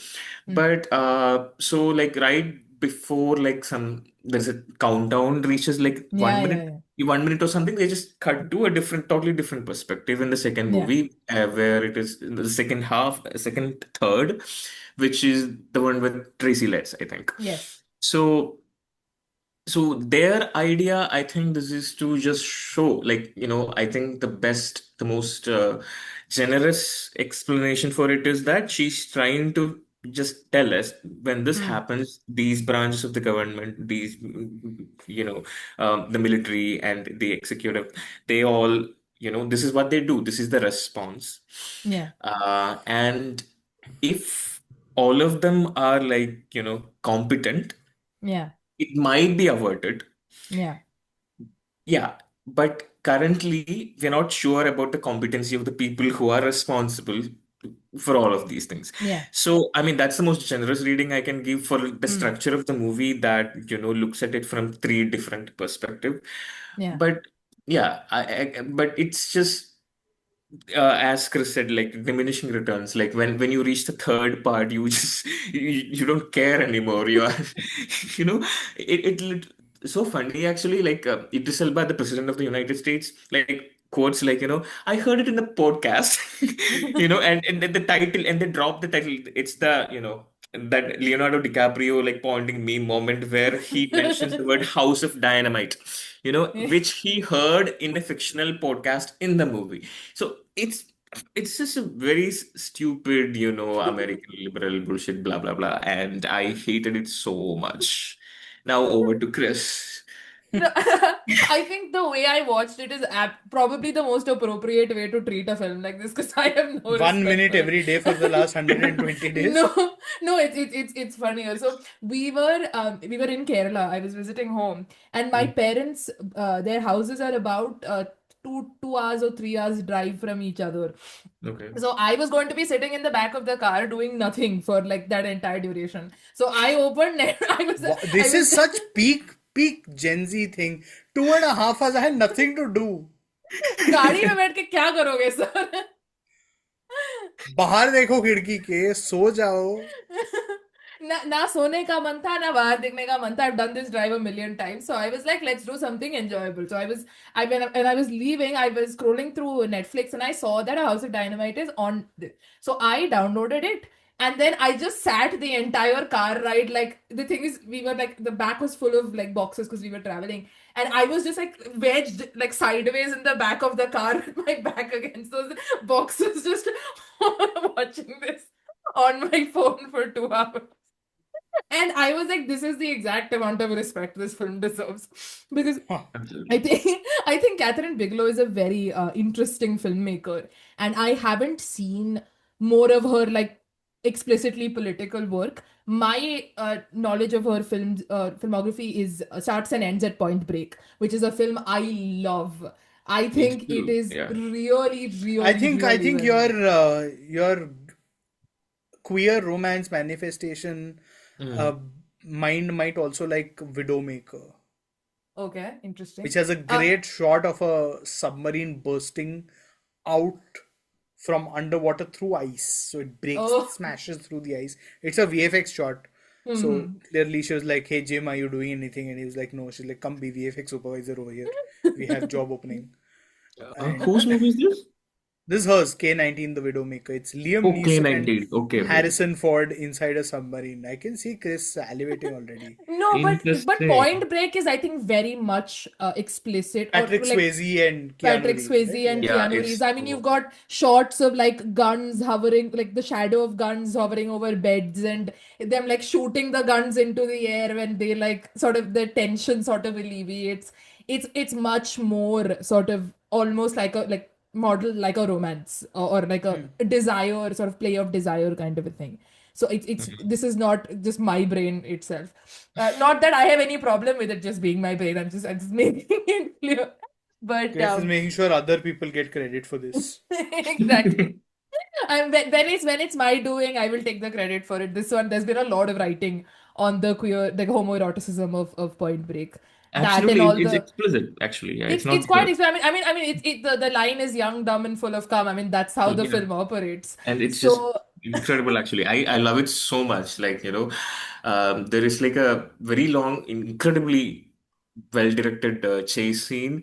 After yeah, which yeah. they in that LA River thing, like right before like Patrick Swayze like jumps off that fence, he This is with turns the back and looks. masks, right? Yeah, Yeah, yeah. And when they locks their eyes, it's just my No, God, like that's the thing. Like they lock their eyes, and then eyes. Keanu Reeves refuses to shoot, and then he shoots the gun up into Yeah. the air, which is like It's just it's romance. It's incredible, and the ending in the water, like my God, it's so I the love it so much. shots of the surfing, and the Yes. way Keanu Reeves looks at Patrick Swayze when he's surfing, Yes. it's just so It, incredibly romantic it and is erotic. romantic. I love it so much, and nobody. I feel. See, this is. I don't know how politically correct or right. This is one of the reasons for like you need diversity, like women and queer people behind the camera. It's like I don't think a straight man can combine this action and this kind of romance. Like Yeah, I don't yeah. think we can do it. Like this is why we need diversity. It's This a movie I called always Speed. it'll be I think straight men can do straight romances probably. Yeah. Yeah. This I don't know like many people can do it. So it just comes from that female gaze thing, or it has to be a gay man who has to look at the men that way, I guess. Absolutely. I mean, you can say that without any sort of essentialistic thing to say that Yeah. women filmmakers necessarily function in this way. It just says that when you get diversity in a genre and Absolutely. people You from get different interesting experiences. stories and perspectives. Yeah. I Absolutely. love it. So it's funny, like in House of Dynamite, the second chapter at some military base starts. Yeah. Some soldier like walks out of the ocean in slow motion. There is a shot, like Yeah. it's a beautiful shot. Like so, I'm like, okay, this reminds me of Point Break. Why not do something like that? Exactly. So I'm like, this is her instinct, like to frame a man that way, walking out of water in slow motion. There is no need for that random person to walk out of the ocean in Absolutely. slow motion. And I'm like, this is you in Point Break mode. Do that, please. No, but it's actually really interesting that Bigelow has actually been very allergic or very avoidant of the sort of woman filmmaker sort of terminology around herself. She's spoken many times that she thinks of herself just as a filmmaker and doesn't appreciate that. Which I get, which again, Sure, yeah. very much we are not trying to signal any kind of essentialism here. The idea is that people with diverse experiences will approach cinema in diverse ways. So Right. regardless of their actual identity, maybe there is a straight man who could make a film like that. We just haven't seen it, and we see here is a kind of correlation that we're drawing. But the problem is, so I think she can be an incredibly competent and like incredible, like just she's got such an eye for especially deeply masculine. Like it's a very masculine film or masculine genre that she deals with in something like Point Break, in their kind of the sort of cops and drug bust and that kind of that kind of thing. Here, I feel like the politics which she's criticized for a lot in something like the Hurt Locker and all of that sort of Zero Dark starts 30 probably. Zero Dark 30 starts sort of coming in, which this is very much an Obama's America liberal approach to American geopolitics, where it's we have there is the idea of the enemy and the way that it frames the American state itself and all of that, but it's much more interested in its proceduralism, which I also think reflects her liberal politics a lot, because liberalism is a very proceduralist ideology towards government and how it should function and how it ought to function and so on and so forth. But I think the first segment, like you said, is pretty engaging. I think Ferguson does a really good job at navigating the sort of tension. And I think in that limited space of the White House Situation Room and the place that they're in, there is a decent amount of drama as it plays out in a very sort of limited, almost bottle kind of a way, because most of the knowledge is on the screen and visuals of like animated visuals of the event happening. But I think I started experiencing dread exactly when you said when it cuts out before the last 1 minute. Because I think I would have at least had some sort of respect for it if they actually went or at least had some this thing of how that last minute plays out. Because I feel like it's almost a cop out. Like, we talk about the gravity of it and this and that, but then you withhold it.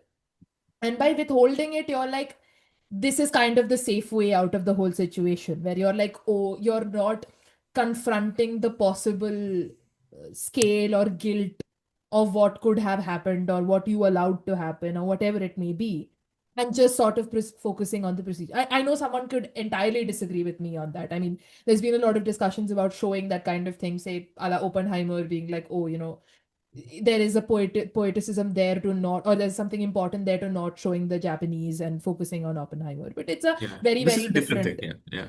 very, very different thing here. But I think the first one is engaging, and I think as a short, it's perfectly fine. I think if you just captured Ferguson's perspective, it's fine. When it started coming to Tracy, you go from, here it was like a mother-children thing, here now it's a father-daughter drama. And then it's like, especially because you've already gone through it, the whole thing, and it doesn't offer any new perspectives. You only get slightly more context because the video calls remain the same, the engagements remain the same, you don't even hear like newer parts of the conversation per se. So it's just a repetition of the same thing for an egregiously long amount of time with a little bit of drama. And then by the time you get to the third segment, it's just Bigelow's like really milquetoast, almost like, I don't want to even call it naively idealistic because it's neither particularly, it's just delusional, if I may say it pretty crudely, approach to this Obama's America. Like, the problem is Idris Elba is one of those actors who on the wrong day I can only see as Idris Elba. I'm not seeing the president of the United States. I'm seeing Idris Elba play or give his best. And it may not be the most politically correct thing to say, but give his best Obama impression sitting over there. But it sort of thinks, he's got this really deeply moral conversation with the guy, the military officer who's assigned to show him the plans, and he's talking about, oh my God, how can we think? I'm like, you're the president of the United States. You're sitting on the biggest military, the Pentagon has the biggest budget in military budget than any country in the world. Obviously, you're going to have plans of what happens when such an event happens, or you're going to be thinking of people as numbers. But sort of philosophizing on it in really banal ways is... It's again that thing, no? Of sorry, Chris, I know I cut you off. It's again that thing of, I am learning this for the first time. You are telling me this is part of my job? And that too, like the most obvious job in the goddamn world that anybody and their mother would know about. It's like simplest job description in the world is probably POTUS, yes. Exactly. No, it's like, oh my God, I have to rule a country, that POTUS is saying for the first time.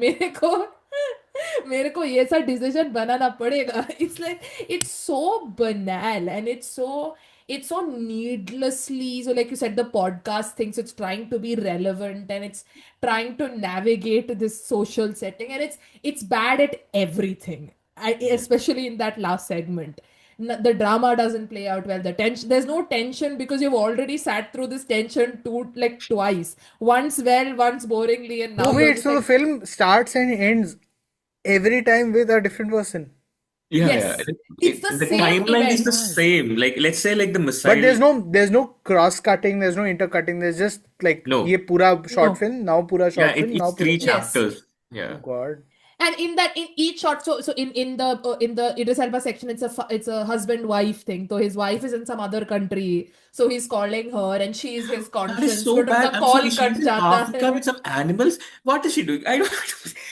She's in Africa doing what? That's CGI. she's She's a the floaters and she's in Africa with posing with some animals. I don't and know. doing some Seriously. safari.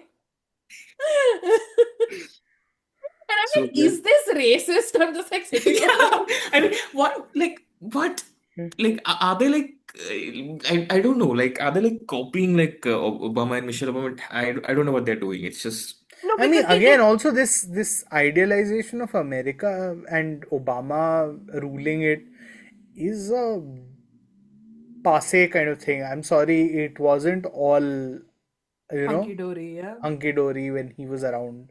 He had to yeah. be needled and pushed into, like, they bribed him with a Nobel Prize essentially to That get too him to do during his shit. first First during term, his yeah. first term, which is his more And I egregious mean, of his two terms. he's also responsible in some way for the America we look at today, in that Absolutely. Yeah, it's a of failure course, of yeah. your governance also. If Yeah. people are like, yeah, Trump, will put things right.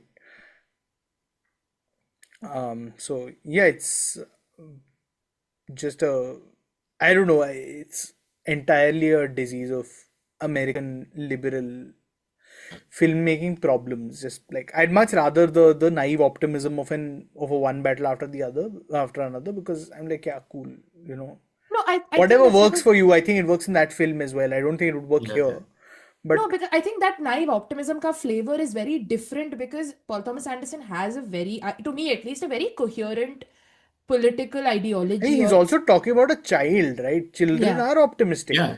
Yeah. yeah, Everybody yeah. is not born a Dhruv or an Amartya or like, I don't No, know. but to have that naive optimism come from the perspective of the President of the United States is just not something you're going to Yeah, get like any Leo needs to rescue him also now. Exactly. So it's a really strange film. I think Yeah. it's definitely Sounds less more like a offensive. stupid film. It is a stupid film. I think from what I understand, definitely less offensive than her other work can be. Particularly something like The Hurt Locker and Zero Dark 30. But I still think it's like, oh, it's sort of within that bubble because again, like a la sort of Top Gun Maverick, it doesn't really attribute someone as the bad guy who is doing the Yeah. bad things. It's like, oh, it's I mean, Top kind Gun did initially attribute a bad guy, and the film was pulled and there were things done yeah. and fixed. And So again, I would say her filmmaking is fine, what little I've seen of it. My favorite part of Zero Dark 30, much like Titanic, is like the inciting incident. Oh, sorry, the high of the film. So in Titanic, that's of course hitting the berg. And in Zero Dark 30, it's SEAL Team 6 going in and getting Osama, yeah. which is a very well shot sequence. And you Yeah. don't even glimpse Osama actually. You just see this tall ghost-like figure dropping dead. And which I'm told is how he died. There's a great article on it somewhere. But it's, that's clearly not the film she's making this time. Yeah, I think that covers most of House of Dynamite. Any other thoughts, Ashwin? No, Before that's we it. move on. Yeah, no, I just wanted to say like her filmmaking in the 90s were like, so much better, like incredible Yeah. actually. Like Near Dark is like it's like a vampire story, but so Yeah. hot.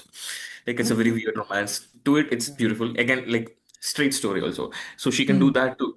And Strange Days, like it's just like kind of an apocalyptic future with it feels very prescient even today, the way it uses technology, screens and all. And there's also like a really hot romance like Ralph Fiennes and Angela Bassett. So Ooh, 90s, there are like 3, 4 movies just absolutely bonkers. I don't understand how she like, I think pulled this. Ashwin has unknowingly chanced upon the actual film versus digital problem. It is not a matter of what people are shooting on. It is that when film was dearer and more expensive, people were thinking 10 more times before shooting of it. Very That's true. kind of a thing. Yeah, sure, right? No, but This even is the like actual problem to be content-wise, addressed. she can still make. I mean, if she wants to, of course. Like, who am I to say? Like these kind of thrillers and great action set pieces, and I'm just I mean, disappointed no, that there is a this can also have explicitly a liberal political hot component to it. romance. We know American Yeah. presidents are famous for those as well. Sometimes consent is not involved, but we'll not Thank go you into for those adding that because I was going to instances. point that out. Yeah. Anyways, No, but yeah, I mean, if you don't see anything, just watch Point Break. If you, Yeah. I like it. Obviously, I've not seen her other work, but I think Or Point Near Break Dark is or Strange Days. Yeah. or I mean, Strange watch Days. My Zero Dark recommendation. 30. I think it's a compelling film in some ways. It It's boring is, also. yeah. I mean, Boring in the first at least hour. Till nothing happens. Like you need them to, you're like, get to the. I don't care about the 8 years you spent finding the guy. Because that was your fuck up. Nobody told you to go bomb Afghanistan, or go bomb the Tora Bora mountains so randomly. You should have done something more precise. But when you find him, that's when it gets really cool. I'll find the link to that fascinating sort of article as to how like they went and did some municipal drive outside his house. So that's Yeah. how they collected DNA samples and matched those DNA samples with one son whose DNA samples they picked up from somewhere else. And they say, okay, there's definitely somebody in that house with Bin Laden blood. Interesting. And holy hell, it was Geronimo himself. Anyways, we will be moving on from one Venice confusion to another because I am certainly confused when it comes to this film. Pass the blunt, it's time for After the Hunt. All your generation, you're scared of saying the wrong thing. When did offending someone become the preeminent cardinal sin? Maybe it's around the same time your generation started making sweeping generalizations about ours. Whatever shame you have around self-expression, it is bullshit. Bullshit. Yeah, the interesting thing is this conversation is going to be had between two massive Luca Guadagnino heads, and surprisingly, I am not the bigger one of the two. Ashwin enjoys the Guadagnino films that I cannot stand as well. So this is going to be a very interesting conversation. But yes, Guadagninians. yes, we're going very to be much so. very much. We're going to be talking about Luca Guadagnino's After the Hunt, which is written by Nora Garrett, who I'm going to be bitching about a significant amount, so I do apologize in advance. Cinematography by Malik Hassan Saeed, edited by Marco Costa, music by Trent Reznor and Atticus Ross, his usuals, and it stars Julia Roberts, Ayo, I forget how she pronounces her first name. I think it's Ayo. Ayo Edebiri, Andrew Garfield, Michael Stolberg, and Chloe Sevigny.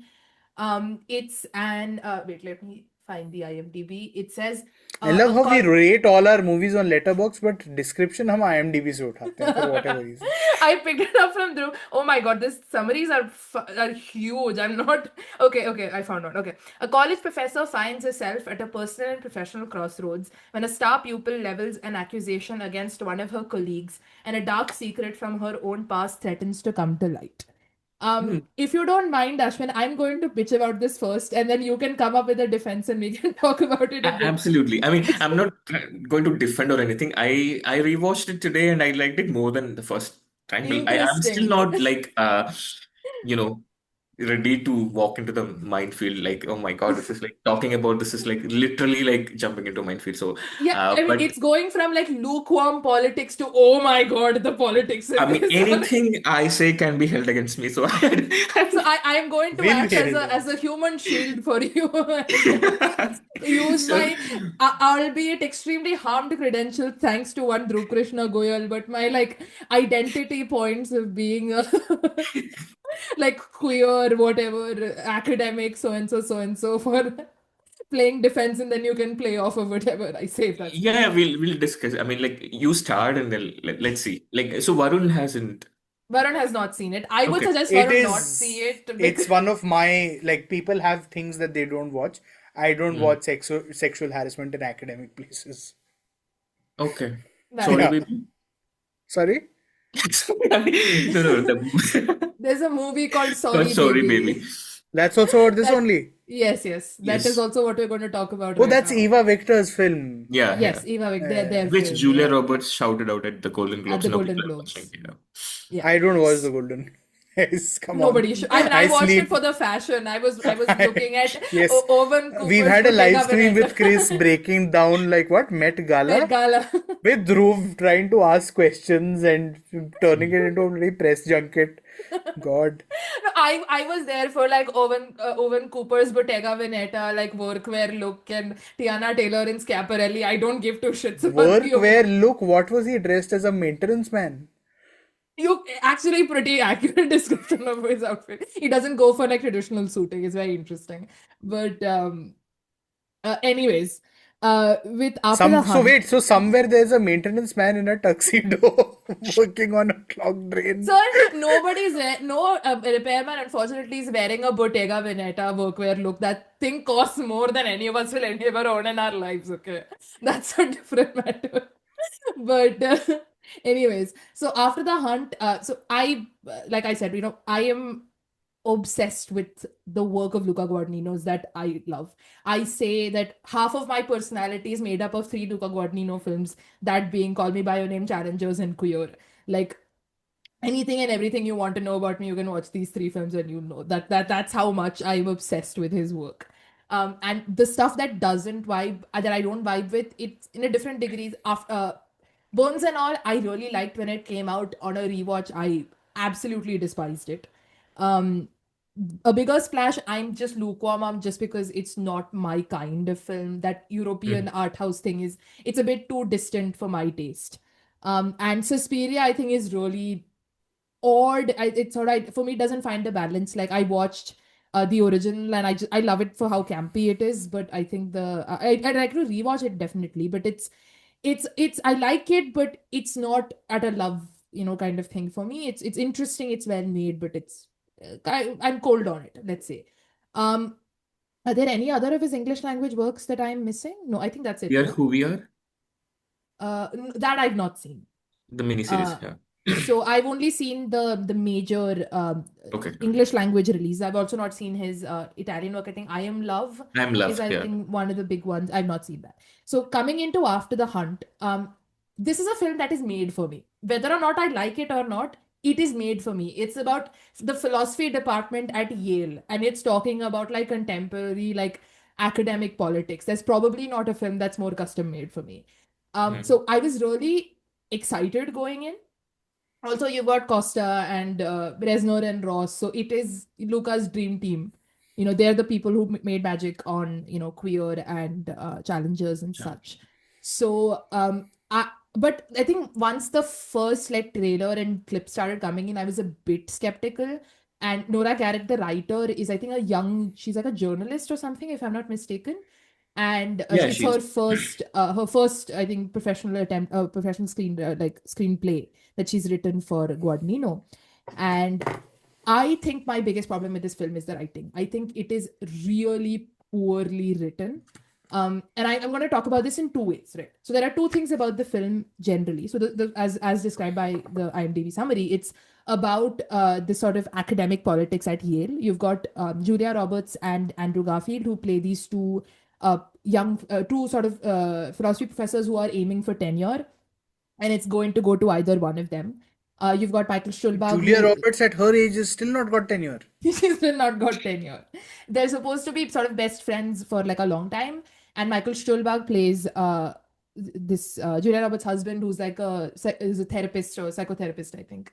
And Ayo Debris is Julia Roberts' mentee, who sort of is again, I'll get to her character because I think her character is the one that I have a lot of trouble with. But she says that she experienced sexual assault at the hands of Andrew Garfield, and comes and reports it to Julia Roberts. And it's about sort of Roberts' struggle with processing it, addressing it, the professional sort of things that go into it, so on and so forth. So there are 2 ways that this film is complicated to me. One is the representation of academia, and the other is the representation of its politics. Right? These are the 2 things that sort of commingle and create all my major troubles with the film. I'll go over the first one because it's much easier and it's much funnier before we get into the heavy stuff, and I'll talk about Sorry Baby a bit there. But first of all, it's a very, very bad representation of like philosophy, academia, and this is like a nitpick that I'm going to present. I mean, there was someone who commented that why is Julia Roberts talking about Foucault, because Foucault isn't really talked about in philosophy spaces. This is a disagreement from a personal perspective that in my masters I've done, though I'm not in a purely philosophy space. We do talk quite a bit about Foucault, so that's fine. But A.O. Debris' character does her PhD in virtue ethics. She does not know what virtue ethics is. Like, the description she gives of virtue ethics has got nothing to do with an entire field of study that goes back to Aristotle, which is called virtue ethics. So from there, I was like, oh my god, there's something entirely wrong here. And then Andrew Garfield's character at one point talks about Agamben's Homo sacer, which I think, from my understanding, he mispronounces, as if it's some really revolutionary thing that no one has ever heard of before, and that AO's character is plagiarizing, and nobody would have noticed that unless, strict academics like him and Julia Roberts didn't look into it. Whereas Agamben is taught basically everywhere all the time in humanities academia. So I was like, this is clearly written by someone. Is she a bad plagiarist then? Like, she finds the most obvious person and she's like, here I go. Yeah, but the point is that Even she's a bad worse is plagiarist. that they imply that it's hard to find, kind of, right? Yeah, way that he sort of talks about it really secretively, as if it's something that has to be explained. He explains what Homo sacer is to a Yale philosophy professor who's about to get her tenure. Like, he explains what it is. I don't think That's you just can mansplaining, dude. I'm like, you cannot mansplain humanly worse than that. And again, that's not really how Andrew Garfield's character is played off in the first half of the film. So it comes from a person who I feel like has no idea where they're writing or what they're writing about, which is okay if you don't care about this and you don't know about academia in a certain way. You're not going to mind it. Again, this is something that, funnily enough, Ashwin and I want to talk about when we come to Pillion of all films, which I've got a huge problem We are there discussing with. that also. And another time, not today, on another day, but I have a huge issue there as well. But that was sort of my sort of coming in, which I'm like, okay, if it was an interesting drama where I was invested, but it's got these details wrong, I would still be fine. But then you get to the politics of it all, which is an utter landmine, to say the least. Which is it. So I'm going to compare it a little bit to Sorry Baby just for a moment. So Sorry Baby is directed by Eva Victor. It's their directorial and acting debut. They famously Film acting debut. They worked with Jane Schoenbrunn during I Saw the TV Glow, I think, in preparation for their directorial work. Also a QID favorite. Also a QID favorite, minus Amartya, of course. But I think that film is very much an American indie Sundance kind of a film, what I think of when I say those descriptors. But when you talk about its representation of academia, I'm not as worried about it there, because it's also much less. It's not as much set in or bothered with that kind of thing. It's much more about the interpersonal drama. But that film also sort of centers around a case of sexual assault that the main character experiences at the hands of a faculty or her supervisor during her, I think, master's, and how she navigates. She, for the character, not I think Eva Victor uses they them, but that character navigates, their personal relationship with what happened and the trauma of it all. There, I think I'll say that one thing I find really interesting about the film, and one thing I really do like, is how the sexual assault is shown or particularly not shown. I think there's this really, really wonderful scene, or sort of short. It's of the house of this faculty where she goes to visit, and you just get a static shot of that, and it cuts to the same static shot at night, and she just walks out really devastated, and it's quite distant, so you don't even see her face really, but it's just in the way that she goes in and she comes out, you get that whole experience, or you get an idea of what is going on without having to go super into what happened, right? So that's how Sorry Baby functions, and by focusing on Victor's character, it's much more a sort of personal drama about how they navigate this scenario. After the Hunt takes the other approach of it, which is you don't know you don't know the incident, and obviously the question of the film is you don't know if the incident took place, and then how do the people around the victim sort of experience and navigate the thing. So it's very complicated, and I think there is one interesting thing that I think the film does go for, which is a critique of a certain identity politics, which is where Ayo Edebiri's character is a person of color, she's queer, and she's the daughter of like a big donor of the university, and she's sort of uses a lot of sort of contemporary jargon, and her thesis is in like what essentially she means is virtue signaling, how people use the performance of morality as the metric of morality, which is not what virtue ethics is, please. um but that kind of thesis statement is what the sort of film is also about, as in how does one navigate being moral versus looking moral versus, you know, trusting their instincts and the people around them. And I think it's simultaneously very unclear and very heavy-handed in what it does. So Julia Roberts' character has got an understandable conflict to me, because obviously you get this idea of, you know, this is the person who you have known for so long and you know you trust as a dear friend, and as is later brought out, again spoilers in general, but is someone she's had an affair with, and so on and so forth, as someone who did something as cruel to Ayo Edebiri's character. And she's got a general like there's a big dinner scene before this reveal happens, where they're like, oh, young people are Gen Z are like this and are like that, you people get mad at everything, and all that kind of commentary. So it's got an interesting enough conflict that you could go in very interesting ways with, but then it kind of does nothing, and then it gets rapidly worse, because then you get a big reveal about Julia Roberts, that she was a victim of child sexual abuse, and she rationalized it, and that is why she's kind of not willing to, because she doesn't believe her own self, she doesn't believe others, and then it's like, what did it actually happen, did it not? And it's also, the writing is really like you can see the contrivances that have been made, like Ayo Edebiri finding like evidence of this in like the bathroom, taped very like conspicuously in like a cabinet or something. What does she find evidence of in the bathroom? This sexual so essentially, when she was young, when Julia Roberts' character was younger, she had been in a relationship with an older man, and according to her narration of the story, when the older man abandoned her, she went and accused him of sexually assaulting her. If I remember the details correctly, Ashwin, correct me if I'm wrong.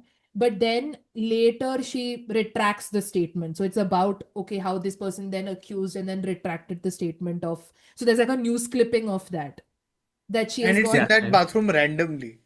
She's put it in Yeah, an that is a envelope very, it's kind of a mysterious thing. Or I don't know. I mean, I'm being generous. Like, Yeah. I still don't know who kept it there in the first place, like, and why. So are they? I don't know what they're trying to do. No, But it's essentially it's put in an envelope and taped to the top Yeah. of like a cabinet. So like Ayo Edebiri's in the washroom, and there's no like toilet paper or something, and she opens the cabinet to get it out, and her hand like brushes along this thing, and she's like, oh, what is this? And she pulls it out, and that's what the major conflict of the film revolves around.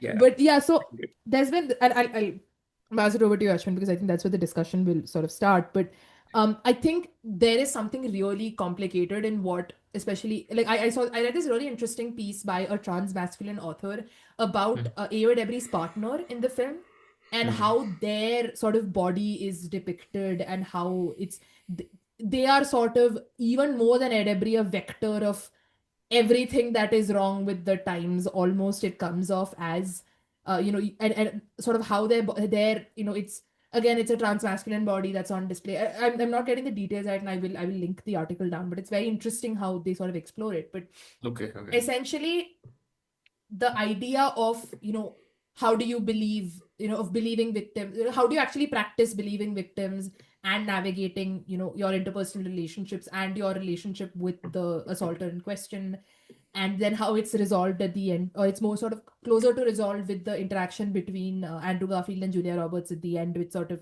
quote unquote confirms her suspicions. I think there is all sorts of material there for a great drama which can explore a lot of murky topics.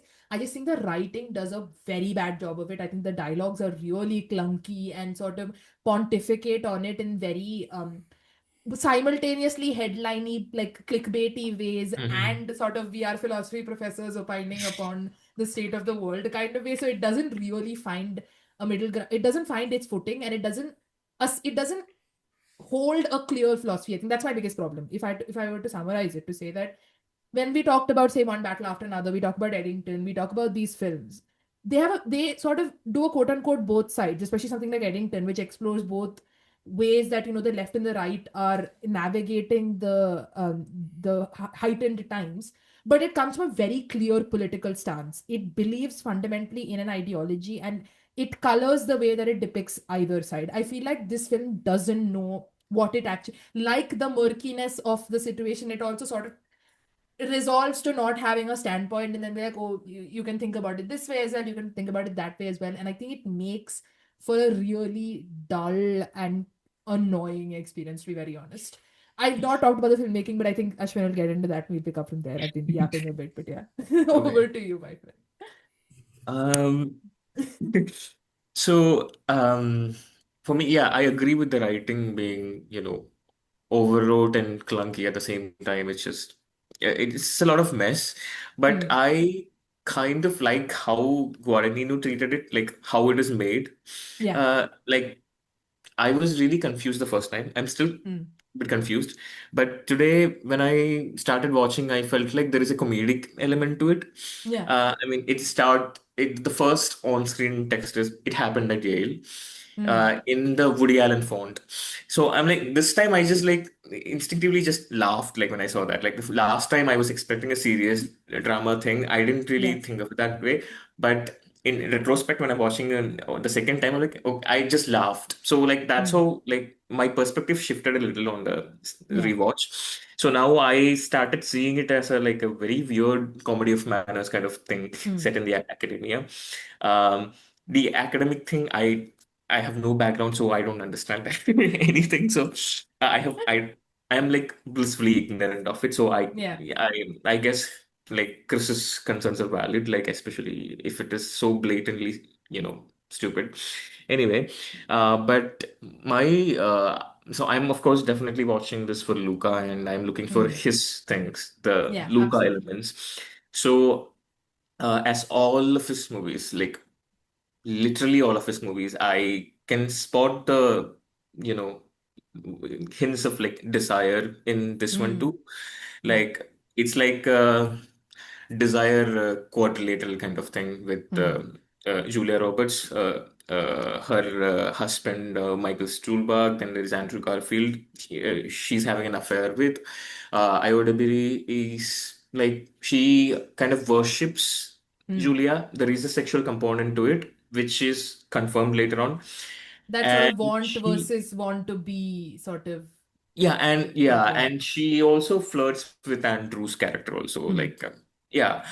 So there is like a cocktail of desire thing, which Yeah. is the Luca thing for me. So Yeah. even in this Me Too thing, it's present. And I like how those things play out. Yeah. Like how he shows in through like actual visual language and all.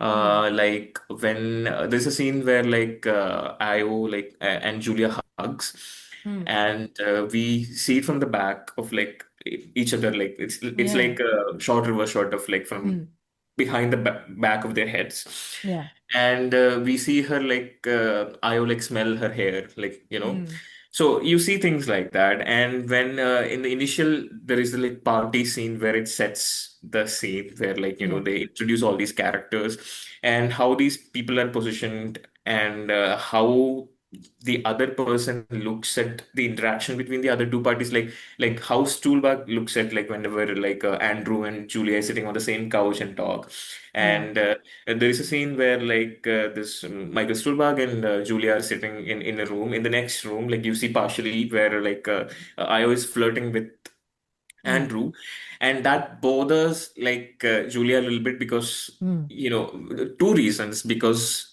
she is keeping like Io around partly or like mostly because she worships her, that like not because of her academic talent or anything, like Yeah. she likes being worshipped, and she also hates the fact that like she's flirting with Andrew, whom she's having an affair with. So Yeah. all these desire thing, so this drama thing and this story about this people is what like I think he cares about, and that that I just like it more than the whole political arena of the Yeah. Me Too movement and virtue signaling and whatnot. Like I recently, like in the last few days, there was like big discourse around Oba and on Twitter. I Mm. think and someone like was defending PTA like regarding the politics, saying like he's interested in the people in the situation and Yeah. not the situation itself. And I think as a difference, I can use the same here. Mm. Luca is not the kind of didactic guy who like Mm. say like this is the thing, and not like in like Sorry Baby, where like it's a younger voice who Mm. like like they are like 31, I guess, like Yeah. yeah. So they have like a very different experience of this, Mm. this Me Too movement during their formative years, like our Yeah. age, I guess, or you were too young, I guess. So I think Luca is not, it's an old school guy. I think he's not the kind of person who would actually make a very instructional, Yeah. film about that. Yeah. I think he is more interested in all the thorny interpersonal relationship between these Yeah. people. And the larger picture of it, I feel like, and this is something that I kind of agree with. To me, like Me Too is like a platform that would Mm. allow people to come forward. Mm. But what happens after that? Like, the but can we, the people in general, be trusted with the judgment part is a question that I Yeah. always, wondered. So this is something that the film also explores, I think, because I read in some interview that they Mm. added the epilogue of the film in like 2025. They filmed it in Yeah. 2025 after Trump won. So the idea is that after all of this, none of them are held accountable after all the Mm. cancellation. Julia still becomes the dean or something, Yeah. Yeah. and Io is successful. Andrew is going with some politician, like making Mm. money. Like he's not in academia anymore, but Mm. nothing happened to him. Yeah. So, like I think Luca said that he added that scene, that epilogue, like with like 5 minutes thing after the Trump became the president again. Like, see, Yeah. so nobody's held accountable. So he's Yeah. like worried about, not worried. He's just asking like this brand of morality, like Mm. this, the performative nature of it. Does it really do anything? Like Yeah. so that I think that's the question that he's asking, and the movie actually ends with like him, Luca Mm. Guadagnino's voice yelling "cut." Yeah. Like, yeah. So it is like he treats the whole thing, the entire movie, as like a performance. Mm. Like it's too on the nose and maybe kind of weird. I don't know. Like so, I think that's the larger, what do you Yeah. say, the big picture thing of the movie is that this personal morality, this performative morality, is not something that actually make things better, because like everybody is like selfish and self-interested, and he's wondering if we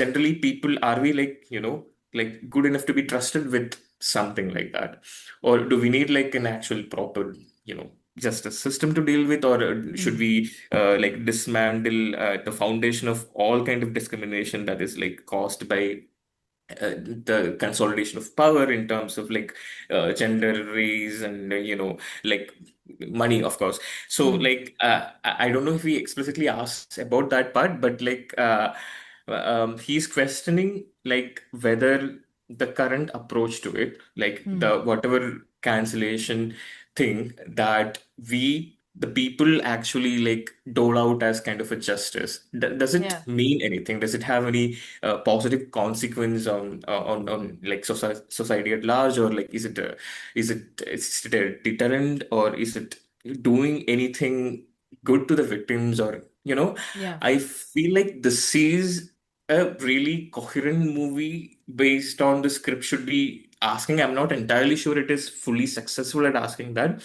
but that's what I think it is trying to do. Mm. but it's a bit murky. It can be like very, what do you say, like stereotypical in ways of very on the nose in how they depict like Gen Z and uh, and all that. But that her partner's thing, I'm curious, like why it is considered as a negative thing.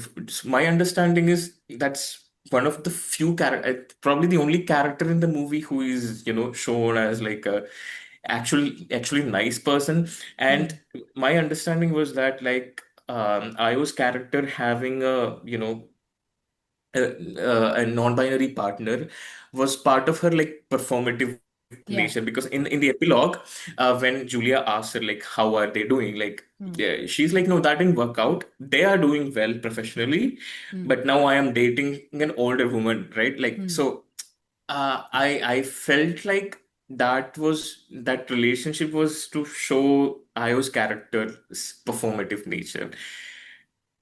No, Yeah, I so think in a way that is only what again I'm forgetting the specifics of the article. I will send it to you because I think it's very interesting. But it's kind of again presenting the queer body or the trans body as the site of the okay. something that you There is exploit an for the I agree. Like there is an explicit like they take off their shirt to and you show the see their scars. you see their top surgery scars. So Yeah, it's again it's a kind of abstracting that trans body into again into it's a that image. exactly. And again, would you do that with a trans feminine character? What is the ability? Why is it a trans masculine character who's there? Again, I definitely want to reread that article. But yeah, I think on paper, the film that you describe, I would love Yeah, because I also think like there's a reason why I don't really hate. I can't bring myself to hate this film or dislike the film because I think Luca is an incredibly interesting filmmaker. I think he's got a very deft touch when it comes to talking about desire in particular that you point out. I think there's some very interesting uses of cinematography where it shifts into these really shaky close-ups of Julia Roberts' face, for example, in one sequence where it's trying to capture her sort of the conflict on her face. And I think that performance is, I'm not completely sold on the performances, but they are definitely like decent, I would say. For the material that is given. I think I have a bit of a problem with Costa's editing here because I feel like it's a bit jumpy and it's a bit janky, which is obviously is not there in Challengers at all because Challengers functions on like perfect. Yeah. yeah. And on the other hand, with Queer, I also had this kind of fear when I saw the original clips that came out before they released the film. But I feel like there's a defense there because it's about Daniel Craig's sort of fueled haze, that the editing makes narrative sense. Like it makes sense in the larger scheme of the film. But here, especially in that dinner sequence, I think the cuts are a little too sort of disorienting kind of. Disorienting, which makes you again it's the kind of question, again I'm running defense for like one possible defense is if it's supposed to be about creating a certain distance from the film, having kind of a janky cutting distances you from the text of the film, thus making you watch it as a performance. But again, that's like one very far-fetched theory, but I'm just saying I'm also trying to be sympathetic to it because I feel like Guadagnino has got a very deft eye when it comes to that kind of interpersonal drama, those like points where people are most vulnerable and how we hurt each other in that vulnerability. And so again, I think the dynamics between the characters are really interestingly portrayed. Again, I think Ayo has got that typical, and I talk about it extensively, that queer desire of I simultaneously want this person and I want to be this person. Like she models herself after, like even later in life, she models herself very much after Julia Roberts. But again, I would say there's an interesting film also of this kind of desire. It's called Notes on a Scandal, which stars Kate Blanchett and Judi Dench. Which is about again Kate Blanchett sexually assaults has a statutory relationship with a younger student, a boy in her school, and she's a teacher. And then Judi Dench finds out about this and sort of is desiring of her, so keeps sort of meddling into her life because she wants to essentially hold Blanchett's character hostage by Okay. holding this assault or this relationship over her head. And I think that is much more an interesting exploration of this sort of murky area of desire. But there is interesting character dynamics. I think the way that the final scene between Garfield and Roberts Yeah, is incredible. really good. It really I good, yeah. think I think it nails that tension that the film is building up to, and Yeah. I feel like if the setup and the writing around it had been better, I think that payoff would have been even more impactful. But from a Yeah. filmmaking perspective alone, how that long sort of sequence takes place in How that they moves house, around. and Yeah. how it moves around, how it talks about you get the whole history of their relationship Right, there, right. and that dynamic, and sort of Andrew Garfield tried to do his last defense, and then it happens, and you're like, that's insane.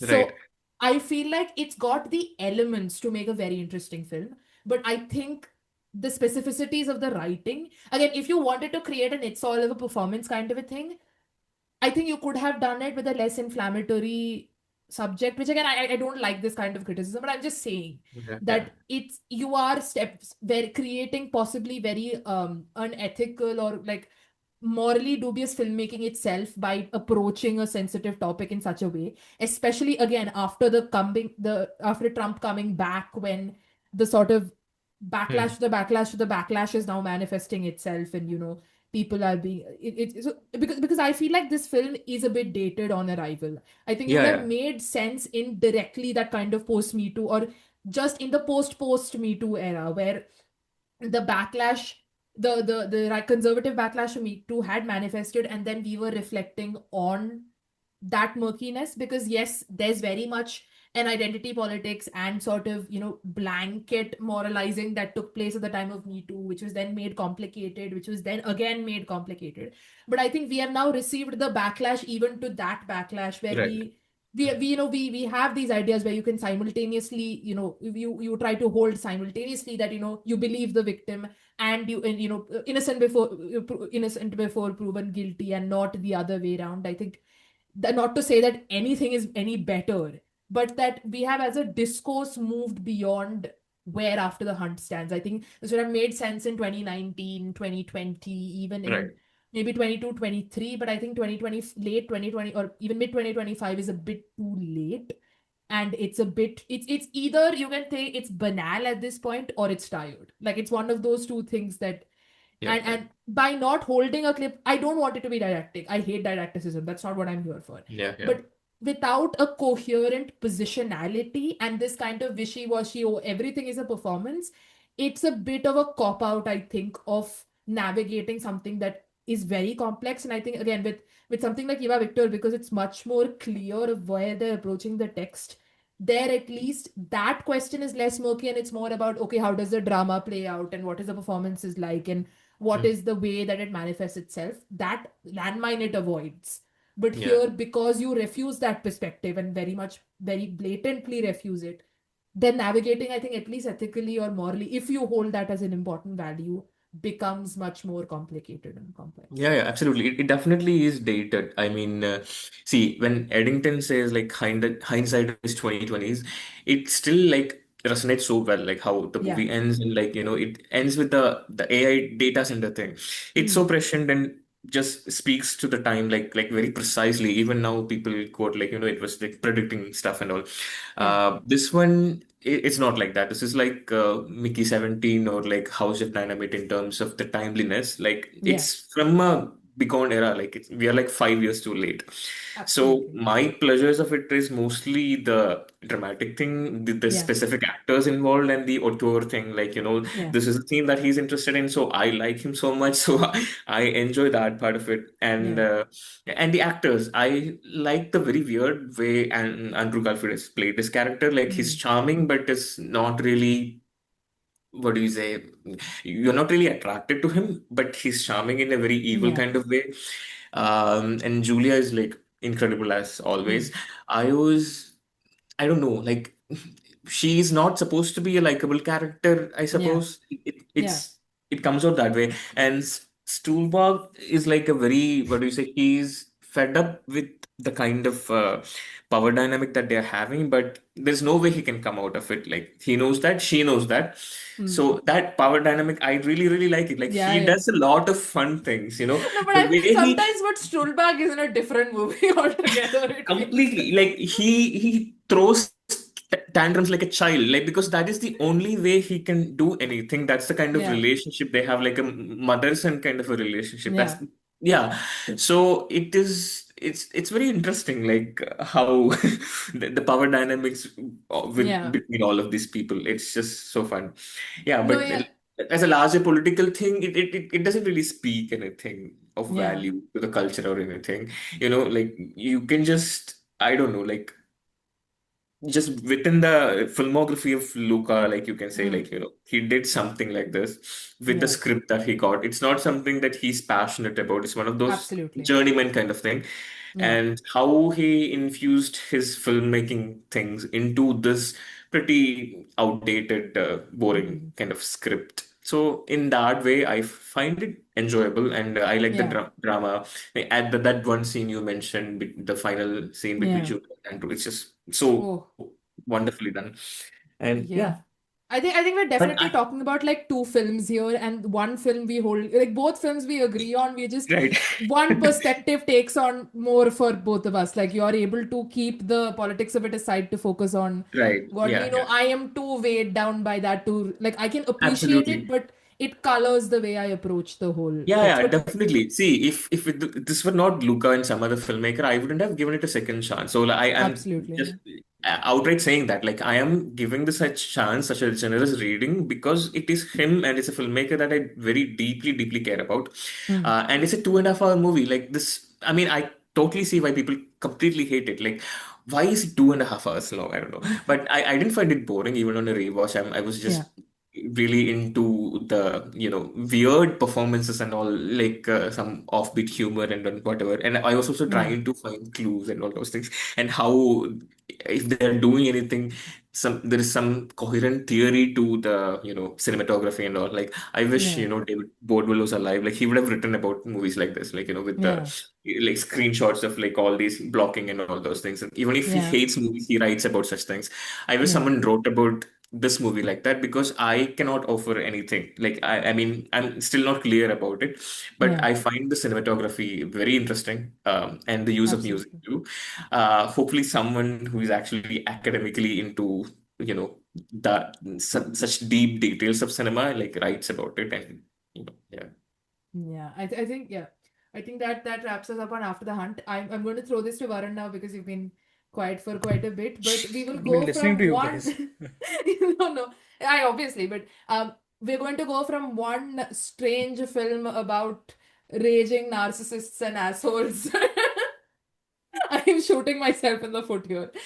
To another, again, I say this as someone with probably less than like zero knowledge about the subject matter that it is about, apart from the fact that I have seen the film that this film is about and nothing else. But we are going to be talking, of course, about Richard Linklater's Nouvelle Vague.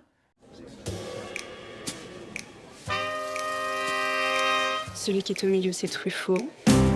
À sa gauche, bien sûr, le Chabrol. Et celui avec les lunettes noires, c'est Jean-Luc Godard. C'est lui le vrai génie. Du moins, c'est ce qu'il te dira. It is written by Holly Gent and Vincent Palmo, adapted into French by Michel Halberstadt and Laetitia Misson. The cinematography is by David Chambiel, edited by Catherine Schwartz. This debuted at Cannes, and it stars Guillermo Marbeck, I think in his acting debut, if I remember correctly, Zoe Deutsch and Aubrey Dullin. According to IMDb, it says the behind the scenes of the filming of Jean-Luc Godard's Breathless 1960, a landmark of the French New Wave film movement. So this is very much a sort of film that documents, as the description says, the making of and the sort of day-by-day exploration of Jean-Luc Godard's debut film, Breathless, debut feature film, Breathless. Of the three But of he us, doesn't consider shorts cinema, as he says so happily at the beginning of the film. Yeah, Ashwin, I think of the three of us is the most knowledgeable about Godard's work.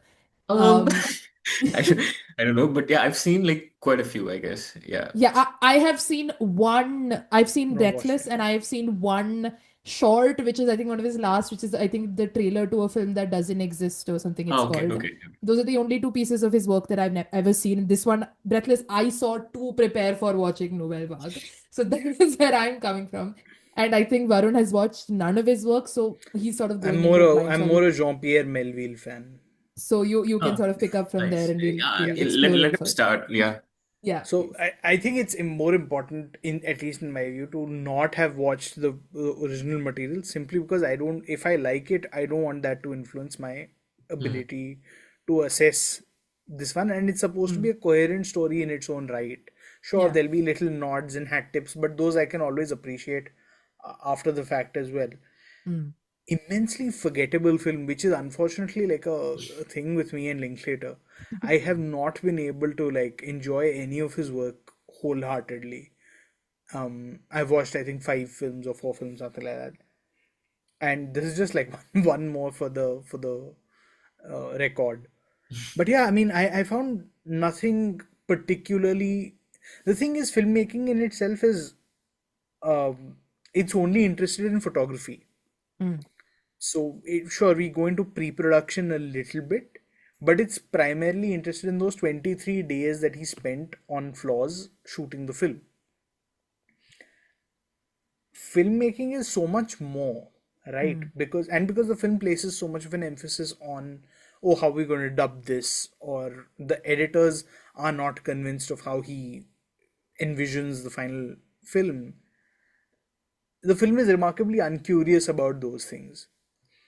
And so we never get into it at all. We just get these 23 days, and they're not it's really just a hangout movie with nothing about it that's remarkable. I like Zoe Deutsch a lot. I thought she's really like a live wire in a film of otherwise very again unremarkable performances. Mm. But I just was like, okay, why have you made this film? Are you trying to tell me that, oh, look at these people who just said, okay, we don't possess the great tools of filmmaking, where they can't, get like tracks and trolleys and all that stuff. So they, or a dolly for that matter. So they improvise for a dolly. They use a wheelchair. For a trolley shot somewhere else, they've put the cameraman inside a disguise sort of contraption that they take onto the streets of Paris. I was like, okay, but where is the opinion? Where is like a point of view? Nothing. This is the film. And so then there's really, what am I supposed to, I don't even know what I'm supposed to comment on, because nothing has registered really. It's like, yeah, cool. Oh, you think the producer is a bitch because you're spending money? I'm like, well, aren't you? And the film is never, it's again making that, oh, it's got that problem which I have with Pyasa as well, which is like the troubled artist is like a bit of imagery I particularly dislike. I think the troubled artist is usually creating most of the trouble themselves. You have enough artists who are troubled by other people, but here your producer is justifiably asking you, hey, we're spending all this money, how about going and shooting? His leisure is important. The film is uncurious about why these people were like this, or okay, what it was they got up to, we get to see, but there's just nothing more to it. They're like, yeah, this is it. They had a gala time making the movie, and like, then you can make this movie about any movie. You're saying this is an important film. You're getting into his process also and treating it like something he was making up as he went. Sure, but then commit to that. Don't give me this limp dick, I am not able to, decide how I want to do this. Or it's a well shot film, I could say that. Sure, it's shot on 35mm, everything.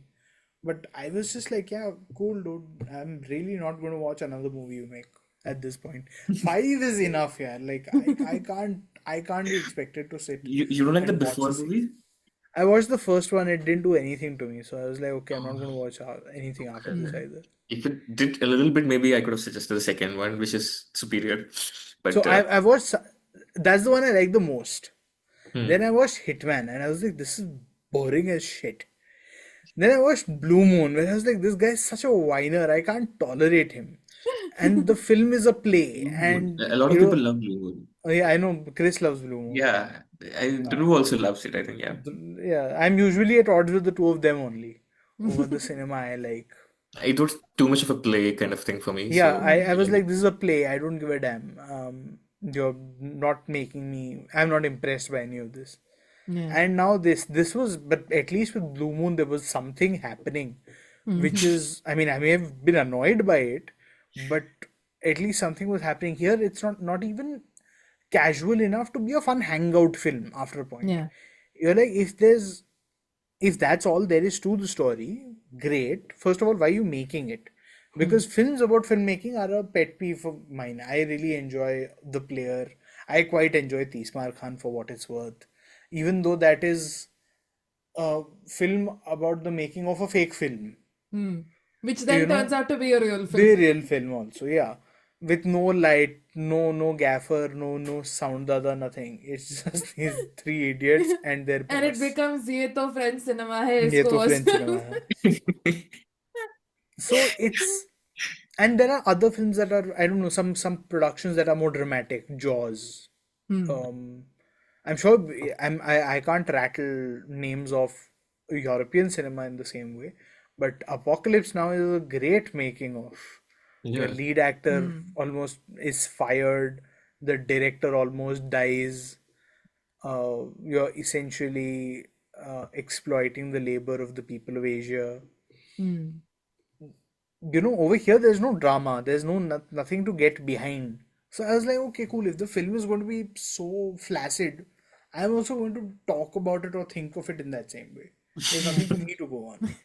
fair enough. But yeah, I think I've I berated think the film enough. I think I'll pick up from there just because I'm going to say basically the same thing, but I have also seen Breathless. And then Ashwin can do his spiel on it. But so I am going to say I have absolutely nothing to say about Breathless as well. I saw it. It has been watched. What next was sort of my response to it. And I am known pretty famously or infamously for watching films by legendary filmmakers and giving them mid ratings. See also me watching Ray's debut film and giving it what three and a half stars or something. But yeah, I don't know. So I'm going in this again entirely having zero knowledge of French New Wave, of Godard, of all these things. I think the only filmmaker I'm familiar with is someone like, say, Chris Marker, because again, Dhruv is obsessed with Chris Marker, who I picked up that enthusiasm from. But I also know him only as that one filmmaker. I don't know anything about the movement. I've heard a lot about it. I'm sort of going in that way. And I had sort of considered watching Breathless, but Ashwin had mentioned that watching the two films back to back gives a certain context. So it says like, you know what, might as well watch Breathless. So I checked it out. Okay, I don't have anything interesting to say about it. I'm sorry. Would you say Shankar Mahadevan made the more interesting Breathless? Yes. It's the one that I would definitely go listen. I've listened to that an obnoxious number of times. I also remember a lot of it, which I don't of Breathless. Also, I just want to quickly add this. The subtitles have Breathless a lot recurring through this film, Nouvelle Vague. That's not the title of the film in French. No, it's Abord souffle. Yeah, the French word for breathless is not what the film's original title was. I'm like, so what kind of, you're doing this kind of drop only makes sense to an English language viewer, because we can see breathless in the subtitle. You're not saying the film's French title in your day-to-day conversation. And it has that random Sam Bahadur type situation of take a famous quote and put it fucking anywhere. And I'm like, this has nothing to do with anything. Why is he talking about woman and a gun? So I thought Breathless was, it's nice. I wasn't particularly intrigued by it. There was no lingering thoughts after. I know, again, I don't have the to trigger Amartya the genre literacy to be able to say about its conversation with noir as a genre and what commentary it does about the deconstruction I mean, of this is cinema. not conversing with noir in any way. It's not conversing with. No, Breathless, yeah. Breathless, not Nouvelle Vague. So, but it would be important if both films were in conversation, right? So, Yeah, if true. you talk about Breathless separately as an entity, that's different. This film requires, it is taking nothing from nowhere. It is like he's taking, It's just like इसको करना था इसने कर लिया kind of a so my thing is I also am not a big fan of the troubled artist kind of trope. I mean, I find stuff like Rockstar unwatchable beyond belief. Okay, the kind of troubled artist approach I like is definitely what Blue Moon goes for, because it does not. It's narcissistic in that deeply pathetic way, right? I understand the criticisms of its play-like structure. I have that problems. I discussed about it extensively in the film like Hedda, which I didn't have with Blue Moon. But in just what it goes for itself, I feel like it's much more of an interesting character exploration, because you get this really pathetic forlorn man, which in from the beginning is only months before his death, who's wallowing in his misery. I think there's something much more interesting and complicated there, especially because he narrates his own, he's almost narrating his own demise. So you get this, it filtered, that troubled artist filtered through his own subjectivity and through his own sort of what do you call self pitying perspective towards himself and his art and so on and so forth. I find something much more valuable there than this kind of, I'm sorry, just glazing of the guy as this, oh my god, he's an asshole, but he's also like a genius and like a legend who revolutionized cinema for all time to come. The problem is that even if I had responded to Breathless, I don't think, especially because I don't know much about Jean-Luc Godard, I would have cared about Nouvelle Vague, similar to what Varun is saying, because it doesn't say anything. It's like the most banal procedural documentary, which has got the pretensions of trying to be like, oh, we're exploring an asshole genius, but it's like, when you have an asshole genius, you either want the brilliance of it to be so manifest or so obvious that you put up with his asshole ways, or you want him to lose because you're like, this guy is an asshole and he's a genius, and I don't care, he's such an asshole, I want him to suffer. You get nothing. You get neither perspective entirely fleshed out. You get again, Zoe Deutsch gives it at least something in the pushback, or like she's the only character who sort of really hates Godard and the way I mean, I don't even want anybody to hate him. I want people to at least engage with him in whatever conversation. No, it's almost as if he exists in a different plane of existence as the others, and they sort of, he's God going around and they just kind of do whatever, and there's no there's no interaction, no dynamic, nothing particularly engaging about how the characters respond to each other. I think even the actual photography, how it goes through, is a bit banal. There's nothing. It's just there. There's nothing to be extracted from it. There's nothing to reflect on, nothing to think over. It's just, oh, this happened. They had an interesting time doing it, and it became. Why did the film revolution? I mean, you've got Agnes Varda. Again, these are people whose names I know. I've not seen their work, but you've got these very famous like Agnes Varda and all of these filmmakers and writers and people who influence cinema, and they're introduced to you in very like on the nose way. So you stand them still, and then you have their name written over. Hello. And they're usually looking at camera. They're looking at the camera, and then some of them don't do anything in the scene. Yeah, They're just there. They come in, they say hi, they maybe don't even have a dialogue, they're present in the background, and then they disappear. Like, especially in that scene where Agnes Varda, there's a lot of people who they go through the names of, and none of them say anything or do anything.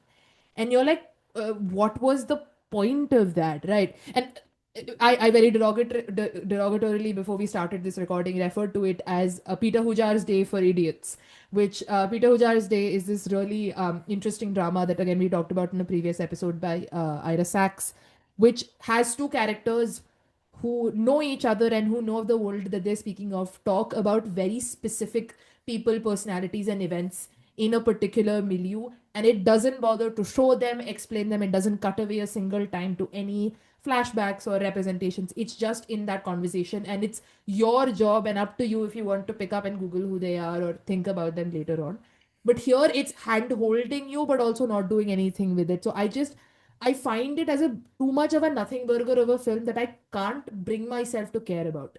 Like if you do care about these people, you care about this time, and you have that nerd cred, I can see you enjoying it. But as a I don't think it works as a film on its own because it's too dull and too incurious at the end of the day to be engaging, I think. So basically the same thing that Varun said. Plus, I don't have anything to say about Breathless. Yeah, Ashwin.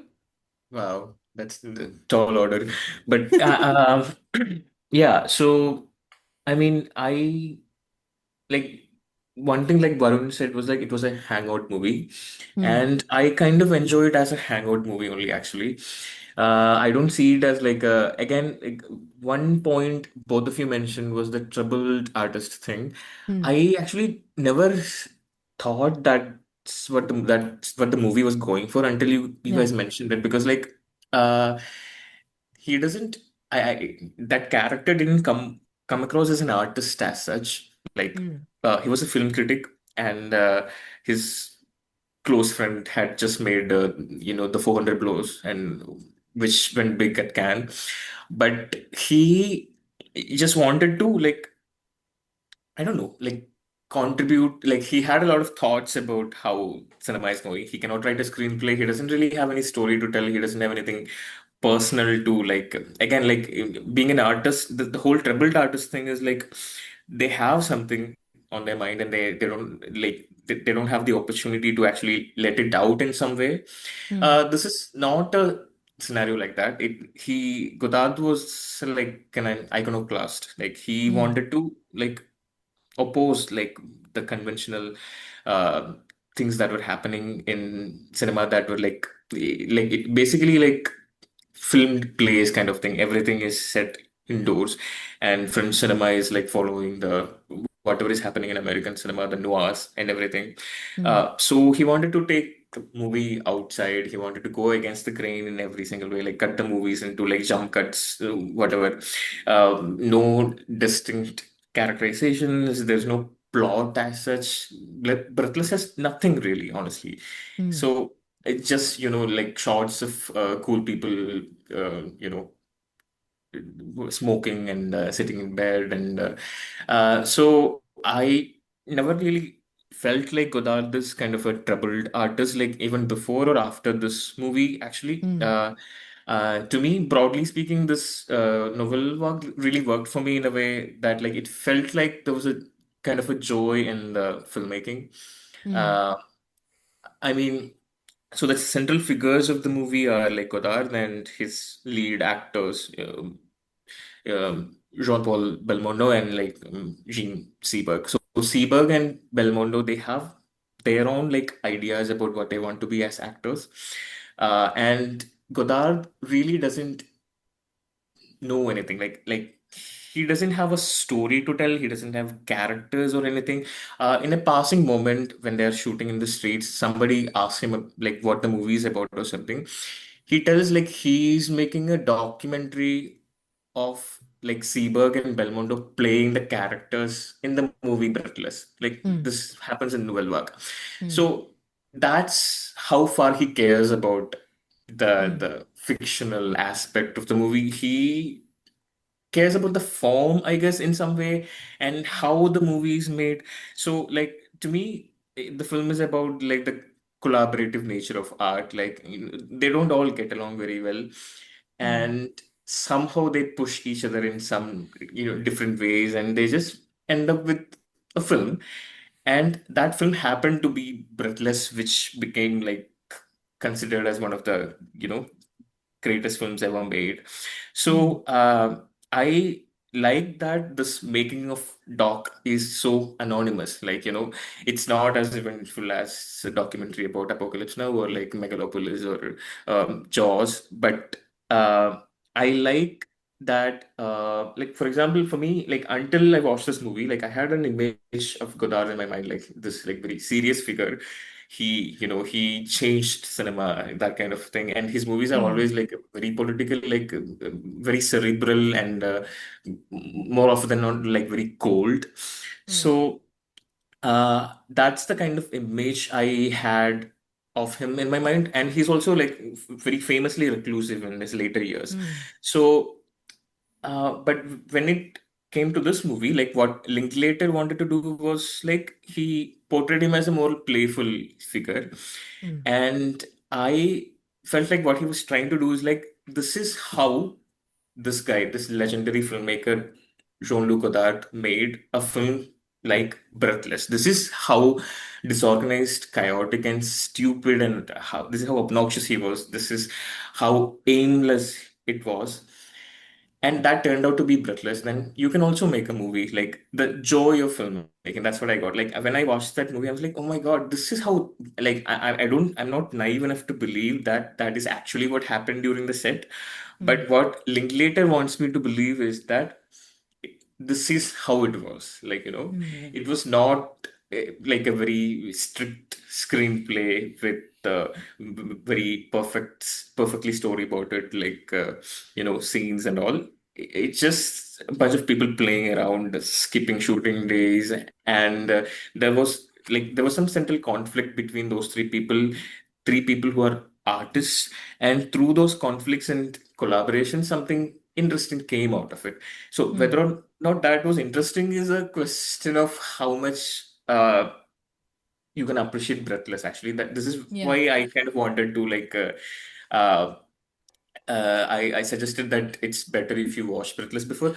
So Breathless, like when I watched the first time, again I was like, oh, this looks nice. It looks fresh. The cinematography, there's something is fresh about it, and the jump cuts and all. It was one of the first, very legendary films that I watched. So I was like kind of taken aback by the jump cuts and like all those things. I'm like, okay, this is cool. But when I rewatched it for Nouvelle Vague, it really like worked for me somehow. Like miraculously, I was like, towards the end of the movie, that ending death scene and all. It's just, I don't know. I found it very romantic and emotional the way he dies, and when he quotes one of those Henry James novels. There's a quote, yeah. It really worked for me. Maybe I don't know. It's because like that movie has been like simmering in my mind for like so many years. And have you guys seen Maya Nadi, the Malayalam movie? No. Okay. So there is a movie that is basically like the plot of it is very similar. Like this Breathless doesn't have a plot as such, that the romance thing and the Noah aspects of it is like uh, in that movie. Anyway, so so Breathless, for me, like it was like a very weird kind of Andy noir thing that he was trying to do. Usually in noirs, you have this like there's a girl, like a femme fatale kind of a figure, and a guy who is like a anti-hero kind of thing, morally ambiguous kind of a guy who's probably a criminal who's running from the police. So that he actually removed all the context and all the conventions of that genre and made it distilled into something like Breathless. So that is the significance of that film. And until then, in French cinema, like most of the films are like literary adaptations and all. So this whole idea of taking a camera into the streets and filming like non-professional actors and all those things, that's the historical significance of it. And what I really appreciate about Nouvelle Vague is like, for example, that there's a gesture that like she does at the end of Breathless like this, which was like that ending is like constantly like dissected, like what is happening, like when he dies he says something like disgusting or something, and she repeats that to the police. Like people have written essays about it, but what I like about Linklater is that he doesn't like cast any self-importance to something as big as Breathless. He's basically establishing that that gesture that he's doing is like something he saw that Humphrey Bogart does in some movie, like that Belmondo sees, and he aspires to be someone like him. I think I've forgotten the movie. It's been like 2 months, so that's something that he brought into the film on his own. This is not a David Fincher type scenario where like every frame is like so meticulously crafted to his decision with like 180 takes or whatever. This is a scenario where like this actor is doing something that he wants. And the thing is, like, since Belmondo has worked with like Godard before in their short films, like he knows this. They have a like a working relationship, but Seberg hasn't done that. So that's where the conflict arises between them, because she wants actual direction and instructions. So, but towards the end of the film, during that climax scene, she like between the conflicts between these three people, like she is forced to do something on her own, like I don't as a reaction to these two her co-workers or artists like Godard and Belmondo. She's doing something on her own, and through this unplanned, unchoreographed, like collaboration between three people, something incredibly iconic out, like the ending of Breathless. Like it's something that is talked about like for the past how long, like 60, 70 years, was born. So Linklater is saying that it was born out of something very simple, like these people playing around. So it makes filmmaking look like a very, fun, joyful, collaborative, artistic process. And in one of those ending on-screen text, it says like Seberg divorced her actor husband. So I'm not sure what they exactly imply by that. I'm feeling that through this artistic process, it affected her in some way, like her idea of what she wants to do in her professional life or like personal life. These 21 days of filming this film called Breathless made some, impact on her. Like we have like Iranian cinema, like Kiarostami's films about like very detailed, so many films about the what do you say, the process of artistic process actually changing the people. And he makes documentaries, hybrid documentaries and fiction and everything. So I see this as like a very minor version of that, where like that process of like the 21 days of making a film made some difference in her way of thinking. And yeah, that's all there is to it. Like I like how unimportant the product feels to him, how what do you say, unplanned and chaotic the whole thing is, especially if considering how the output film is considered to be this important, in the for the medium of cinema. So that the mellowness, the hangout thing that Linklater brings to such a larger than life figure is the appeal to me. Okay, fair enough, I guess. Yeah. No, I think no, Varun, if you have No, but no, I was thinking. I think there's fundamentally. I totally understand where you're coming from, and I understand why the film works like that for someone. I think for me, there are two major hurdles with the description that you're saying, where my perspective on the film just disagrees, because maybe I watch it differently than you do. I think the first is just the very existence of the film, like paratextually, projects a certain reverence. Like you can say it's careless about what it is, and it's kind of, but the fact that the film exists and it's about John Godard and it's about this really important film presupposes a certain reverence towards the material, whether you acknowledge it within the text of the film or not.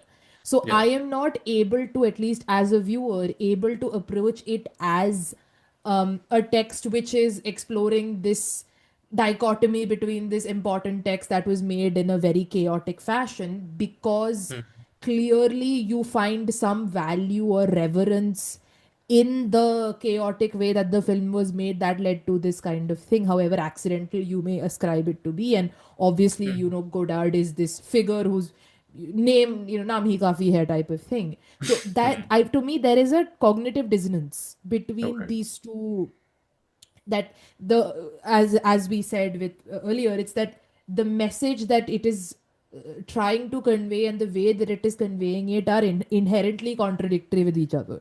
So I think that's one of my big issues approaching the film. And the other is, I think, a certain general narrative, like expectation or emotional expectation out of a film, right? And you could ascribe that as a me problem. That I'm okay with that, but I want films that say some. I mean, not, you don't have to say something. Say Do some, but something, if you be get something. be exactly. It has to. You have to have a point. Like, you don't have to have a. I don't even need a coherent point. I just need it to go somewhere. Like, even in a hangout movie or anything of theirs, there's a purpose. There is an end goal in mind. There is, as we say in philosophy, there is a telos. There is something that you are pointing towards, a general direction. It doesn't have to be a destination. Okay. I feel Delhi like के लिए आगे से left. Sir जहन्नम के लिए आगे से right बोल दोगे तो भी मैं ले लूंगा, ठीक है? हाँ वो I mean, I get what you're saying, because same, I'm like, you're saying all this, Ashwin. Yeah. The film is not able to communicate any of it convenient, consistently. Okay. To me, it's just like, this is there, this is there, this is there. If just because Breathless is made in a certain way at a certain time, if this is also mimicking the way Breathless is made, you're approaching two polar opposite types of story, where that might be a nothing film or a film about nothing, and noir, takedown of noir, a city film, whatever. This is trying to replicate real events or events involving people who must speak to each other. I just was like, okay, dude, you're boring the crap out of me. I'm done. At some point, I checked out. I was like, okay, cool. Maybe Godard will be more interesting than the people trying to evoke his memory. I don't know. Yeah. Yeah, no, it's exactly that, right? And like you're saying about this joyful process, the entire process of it feels so annoying and irritating and mundane that it doesn't does? leave Okay, me with interesting. It's got no insight into him. It's got no, obviously he's got absolutely no interiority. I mean, he wears glasses all the time, so you don't even know what his face looks like. He's You get basically this- Farhan Akhtar from Daddy. That's for Dhruv, because that irritates him. But there's no psychological insight. There's no psychology. Like, that's kind of true for Breathless as well. I guess, I don't know. I mean, but then again, Ashwin, you can't mimic that, no, to this. Yeah, I know. I mean, to this extent. Yeah, but again, like, I don't know. I think the making of Breathless is a context kind of thing, and this guy just wants to make, like, put us in those, location and just observe, just feel the vibe, I guess. Like, have you guys seen Boyhood? Like, because this is what Linklater does.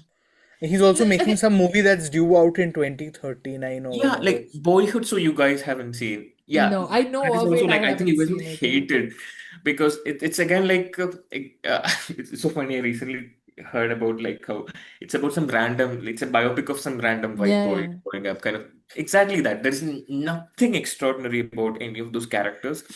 It's just vibes. I mean, but it doesn't matter, right? If it's And- not extraordinary. I feel like if you can make it interesting without it being Yeah. extraordinary, it doesn't even Exactly. have to be vibe. One emotional strand somewhere, and any emotion. I don't want to be weeping like Chris does in all the movies that he watches. Laughter, Again, you missed the bit annoyance. where I talked about how I bawled watching Zootopia too. Like, I was Yeah, an right. absolute hot mess, crying my eyes out watching Zootopia too. So yeah. But yeah, I mean, Yeah, but Nouvelle I Vague agree. is the last of my trysts with Mr. Linklater. Oh my No God. matter how many people put his movies on their year-ender list, 2026 year-ender, let him make a movie. I'm not talking about it. I'm not watching it also. What were the other 4 movies that you watched of him? Before Hitman, I guess. Sunrise, Hitman, and Blue Moon. Three Blue Moon. movies. Okay, okay. I'm sure there could be more. I don't know. I don't remember. Okay. My thing is that, I would take vibes. I like vibes. I mean, we had a whole discussion about Filmmaking is such a resurrection. vibey thing anyway, Vibey thing, right? right? It And is. and It again, wasn't vibey for you guys.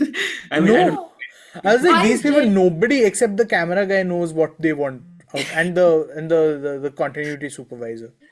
I Yeah, and literally, I very rarely, but this is the one time where I was like, I wish I could put this at 1.5x and just get done with this movie. Like, I just do not want to be sitting with this for another 35 minutes or whatever I had left at one point. Again, I think, Varun, you also point out something really interesting, which is what I was saying with the existence of the film. The conflict between the way the film is made versus where the film about the film is made. You're taking two completely different, you're praising or pontificating on one kind of filmmaking technique by using an entirely different kind of filmmaking technique, and there is that dissonance between these two things that I think is fundamentally at the heart of the film. Yeah, like just because the film is interesting doesn't mean its making was interesting, or the film was path breaking, so its making was path breaking. Yeah. We're not talking about the invention of moving pictures out here. We're talking about a film in 1960 which broke. Also, I think cinema enthusiasts, cinephiles in double inverted commas, are people who overstate the importance of cinema very early. Because we're now at a position in time or a point in time where we are very well placed to assess who were probably the leading icons of 19th century literature. It's going to take a while for us to decide, because cinema is just such a new medium. It is only 125 years old. Mass produced cinema is only about 110 years old. I'm not saying that people can't laud a Godard or a Truffaut or a Hitchcock. By all means, please do. It's important to watch a lot of these people's work. But it's almost like that reverence just goes overboard, Yeah. because we're just not far along enough in time. And I suppose it makes sense for us to have this conversation, because by the time cinema is 500 years old, none of us are going to be around. So, but I feel like the film also takes Godard far more seriously than even he would have taken himself, because he's a man not interested in those. The film at least is depicting him as not being interested in the hyperbolic sort of nature of filmmaking, or the way the business works. The film is elevating him to that stature.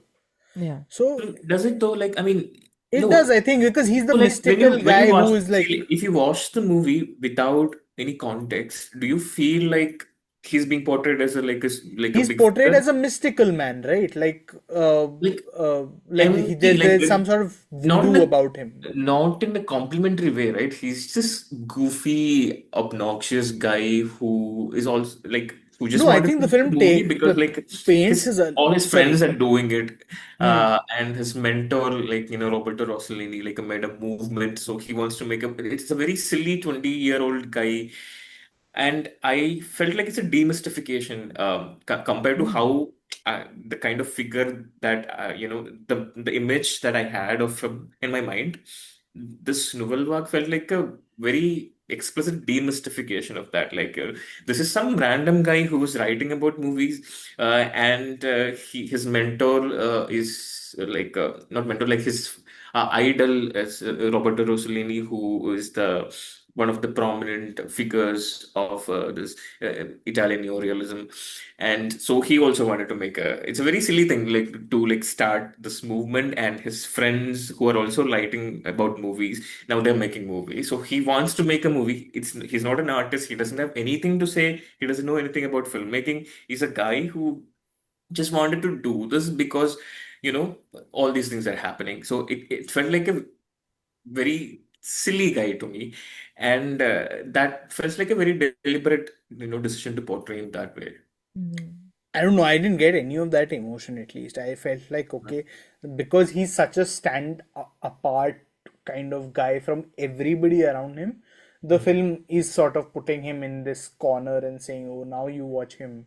Because the others are in concert with each other. The filmmakers are like, oh yeah, if you want to go to Cannes, fuck off. We don't want to, stop bothering us.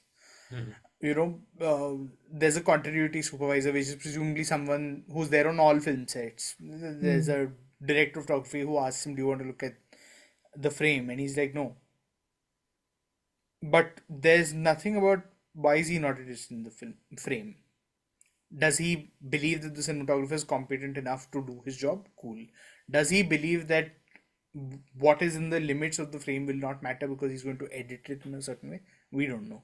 So it's a lot of like, I'm going to give you these little slivers, and sure, it's fun if I get to make it up along the way of why he is a bit crazy. I could just say he's French and call it a day, really. There's nothing more complicated than that. But the film also has to be interesting for me to engage with it to the point of I'll fill in the blanks. Yeah. Okay. It's Fair just enough. not doing that for me. No, I think fundamentally the problem is that everybody in the film treats the film or Breathless or the entire thing with such irreverence. It's like Godard's entire motivation is not that I want to make Breathless. It's just I want to make a film because everybody's made a film and I haven't made a film. That Yeah. means he doesn't care about the film. Jean Seberg's character, Jean Seberg doesn't care about the film because she's annoyed to be there. Belmondo is there because of Godard. Nobody seems to care, and because of that I'm like, why should I? If you don't care about what you are doing, why in the world would I care, apart from the paratextual background that, oh, this is a film about the making of a film that revolutionized or started the new wave or whatever it is. Like, without all of that, I don't understand why I'm supposed to care at all about what's happening. Again, I think this is a very fundamental question people might ask about Linklater's work in general. Like, who cares about these people? Like, seriously, like, I mean, That's there's my very reaction little to there. most of his work. So, yeah, I mean, I get that. It's a very, very deeply Linklater type film, actually. Yeah, Yeah. more Okay, fair than enough. like, yeah, I see it as a very more of an auteur-driven project than Blue Moon. I don't know. Yeah. I know he was very passionate about Blue Moon and he wanted to make for 20 years or something, but his He general waited till he could experience. ruin Ethan Hawke's knees for life. I am in camp. Give me more Blue Moon. Like, I will watch 500. I will watch Blue Moon Blue five Moon is part fine, actually. 500. Like, yeah. I adore it to be. To me, it's in the same family as something like Luca Guadagnino's Queer. That is how much I really enjoy it, I and mean, the yeah, kind of emotionally, yeah, like yeah. at its heart, I'm saying yeah. Queer as in, if you took how much I love Daniel Craig's character Mhm. and in Queer and the pontification on Yeah. age and entropy and desire and Loneliness. self-pity Yeah, and it's all of just, that. yeah, I feel like that's it's the same archetype, and absolutely. it hits the Right. same place for me. So I want more Blue Moon. Yeah, this is not Fair for enough. me. Yeah, this is kind of a very niche thing, I guess. I don't know. Okay, I think we can call it quits on that Yeah. point. As we did with the other episodes, I think Ashwin and I have gone through this many times, so I'll ask Varun, and I'll bring up one thing myself. Are there any films from 2025 that you've watched, we've not brought up in other episodes, or you haven't been in that episode, that you want to recommend, talk about, anything of those sorts, Varun? I would say 2025, I think my recommendations haven't changed much, but I would say I don't think I've talked about Late Shift. Okay, please do. But it's this really the director is, I'll have to pull up the thing, wait. No. The director is Petra what? I watched it on New Year's Day, which was New Year's Eve, which was very odd because it's a fairly depressing film, if you think about it. And Isn't I'm that not, on? I mean, that's actually more on brand for Dhruv. It's not that much. yeah, not for me. So yeah, the film's actually called Held In. It's titled Late Shift in English. It's by Petra Volper. So it stars Leonie Benesch as a nurse in a ward in a Swiss hospital, and just a busy day in the life of. So expect a lot of handheld camera, lots of long takes. She's having to put up with these different types of patients who are different conditions. Somebody's hale and hearty, somebody's dying, somebody's children are all the way over across the North Atlantic. So it's great. It's a great filmmaking exercise, but she's really good. Leonie Benesch is terrific in that film, and I think it opened at Berlin last year. Okay. Anything else? Marty Supreme, I think if anybody wants a more typical turn from one of the Safdies, it is Josh Safdie directing. It's probably of the three films I've watched, it's certainly the most typical. But it's fun. Chalamet is good, so at least all his arrogance on the press tour had its seeds somewhere. If he had been a shit actor after that, I'd have been like, dude, you don't deserve to be anywhere near anything. But he's really good. I don't like Gwyneth Paltrow in it, but I know I'm in a minority group where that's concerned. But I think it opens in India in a week. Yeah. So expect lots of cuts from the censors, but yeah, it should go for that over Border 2 is what I'd say. I don't think anybody was making that consideration, minus me, of course, who's not watching Border 2. But yeah, that's it. I was thinking of watching it with History of Sound, which is an incredibly boring film, but I'm like, I could watch it on the big screen. So that also opens next week over here, Yeah. As does No Other Choice. Oh, Though I have that on the computer as well, so yeah. I don't know. Ashwin, anything from your end? No, nothing really. And Okay. No, since go you ahead. talked about Late Shift, do you guys watch The Pit? I The haven't. I love it. The It's so Pit good. is what? It's a TV show It's a about TV show. a hospital. Yeah, it's set in an emergency department. Is So it which country? Who's made it? Who's It's an in it? US. American Hollywood thing. Pit with two Pit stands for T's. Pittsburgh, basically. Like, yeah. Is this the Soderbergh show? No, that's the Nick. That's the Nick. No, this has got, I think, what what is the guy's name? Raleigh? No, No, Wiley. no, Wiley. Yeah, it's great actually. Like the first season is like the entire season with 15 episodes. It's just one day, and every episode is like 1 hour basically in real time in an emergency. It's like 24, but in a hospital and like But 9 yeah, hours less. I know it sounds like it is that, but this is really, Yeah. really, really good. Like I binged the first season in like 2 days, like, and Oh, now wow. season 2 has like begun, and every Friday I just cannot wait to watch. Like it's really good. Okay, I might check it out, but with TV shows, I'm super like Yeah. laid. But if you're watching like one or two TV shows a year, this could be it. Like one of Oh, those. okay.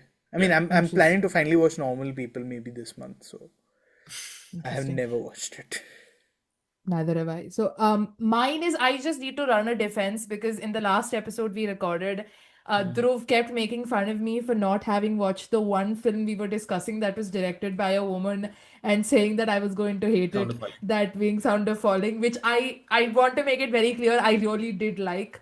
I think it's a very interestingly made film. I think it is astonishing how that film manages to tackle a lot of dark ideas without ever falling into miserabilism or like exploitation. I think it does a very good job, again, as we were talking about with Sorry Baby, of depicting things without not depicting them and exploring a lot of intricacies. I would say that the whole family tree thing, there was one, I think the last connection I missed, which Dhruv had to point out to me, the relation between Kaya, the young girl, and the rest of the family. That dialogue I missed. Apart from that, I think it works really well as an exploration of grief and trauma and of surviving and just a lot of really dark pontification on death, and in a really really engaging and really, like, I think I was telling Dhruv, I think one of my favorite scenes is of a little girl, like she must be like 7 or 8 year old, thinking about committing suicide and or like to get her mother's attention. And I think it's just such an engagingly done little sequence. And it's got some very, very evocative images. So, and absolutely loved the editing, the way that it fluidly sort of goes about its way. So, that's a great film. The other thing also, since you've mentioned The Pit, and I'll talk about it more, I think, if and when we get around to Pillion. If you're into queer stuff, watch Heated Rivalry. It's very fun. It is a really, I think it's like 6 episode Canadian small production by one of their streaming platforms called Crave. It's very sexy. It's very cute. It's a lot of people have been pretending like it's the second coming of Christ. It's really not. But it is a really well made show about sports. So it's a romantic drama set in the background of ice hockey and the NHL in the US and Canada, starring two new actors. One of actually who was in Joker Folie Du of all films, which I found out very recently. Ooh, which one? Hudson or the other guy? No, Connor Story. Connor, Connor Story plays the guy who in the very end of the Joker 2, spoilers anyway, the guy who kills the Joker. That is Connor Story, who plays a Russian, really good Russian accent, by the way, he has in the show, and it's a fun time if you're into that kind of thing. I haven't watched it, but I basically know everything about it. It's just like Oh, it's you can't everywhere. escape it. It's inescapable. It's all everywhere. And they were at the Golden Globes as Yeah. presenters and also I'll get to it at some point. I mean, they entered on Pink Pony Club. I'm like, do the Golden Globes not know one other queer like artist or song to play? I'm like, that's a bit on the nose. Come Their on. DJ was bad generally. Like I'm sorry, Chapel Roan's Pink Pony Club is a bit too on the nose to have like two actors who played a queer show to work in. But yeah, they're everywhere. They're So is everywhere. Francois Arnaud, and yeah, it's if you're into, I still think it's a fun time. It's Yeah, not that yeah, long. If yeah. you want to give it a shot, I would highly recommend. I think that's about it. Socials and all is there where you can find it, and we've talked about it endlessly. I think there's probably going to be an episode or two more in this series because like I said in the beginning, there are a bunch of films that we haven't caught, like even Late Shift, Hamnet, and Marty Supreme. Varun has seen. I don't think Ashwin, you have seen any of them either, have you? No, Marty Supreme. Hamlet's I don't think pretty it's dull. coming out here. Yeah, so we'll get to those eventually, hopefully before as the sort of award season wraps up. And there's also an episode on Malayalam cinema we are supposed to do. I don't know when that's happening, if that's happening, but we'll figure that out. Anyways, for now, khatam.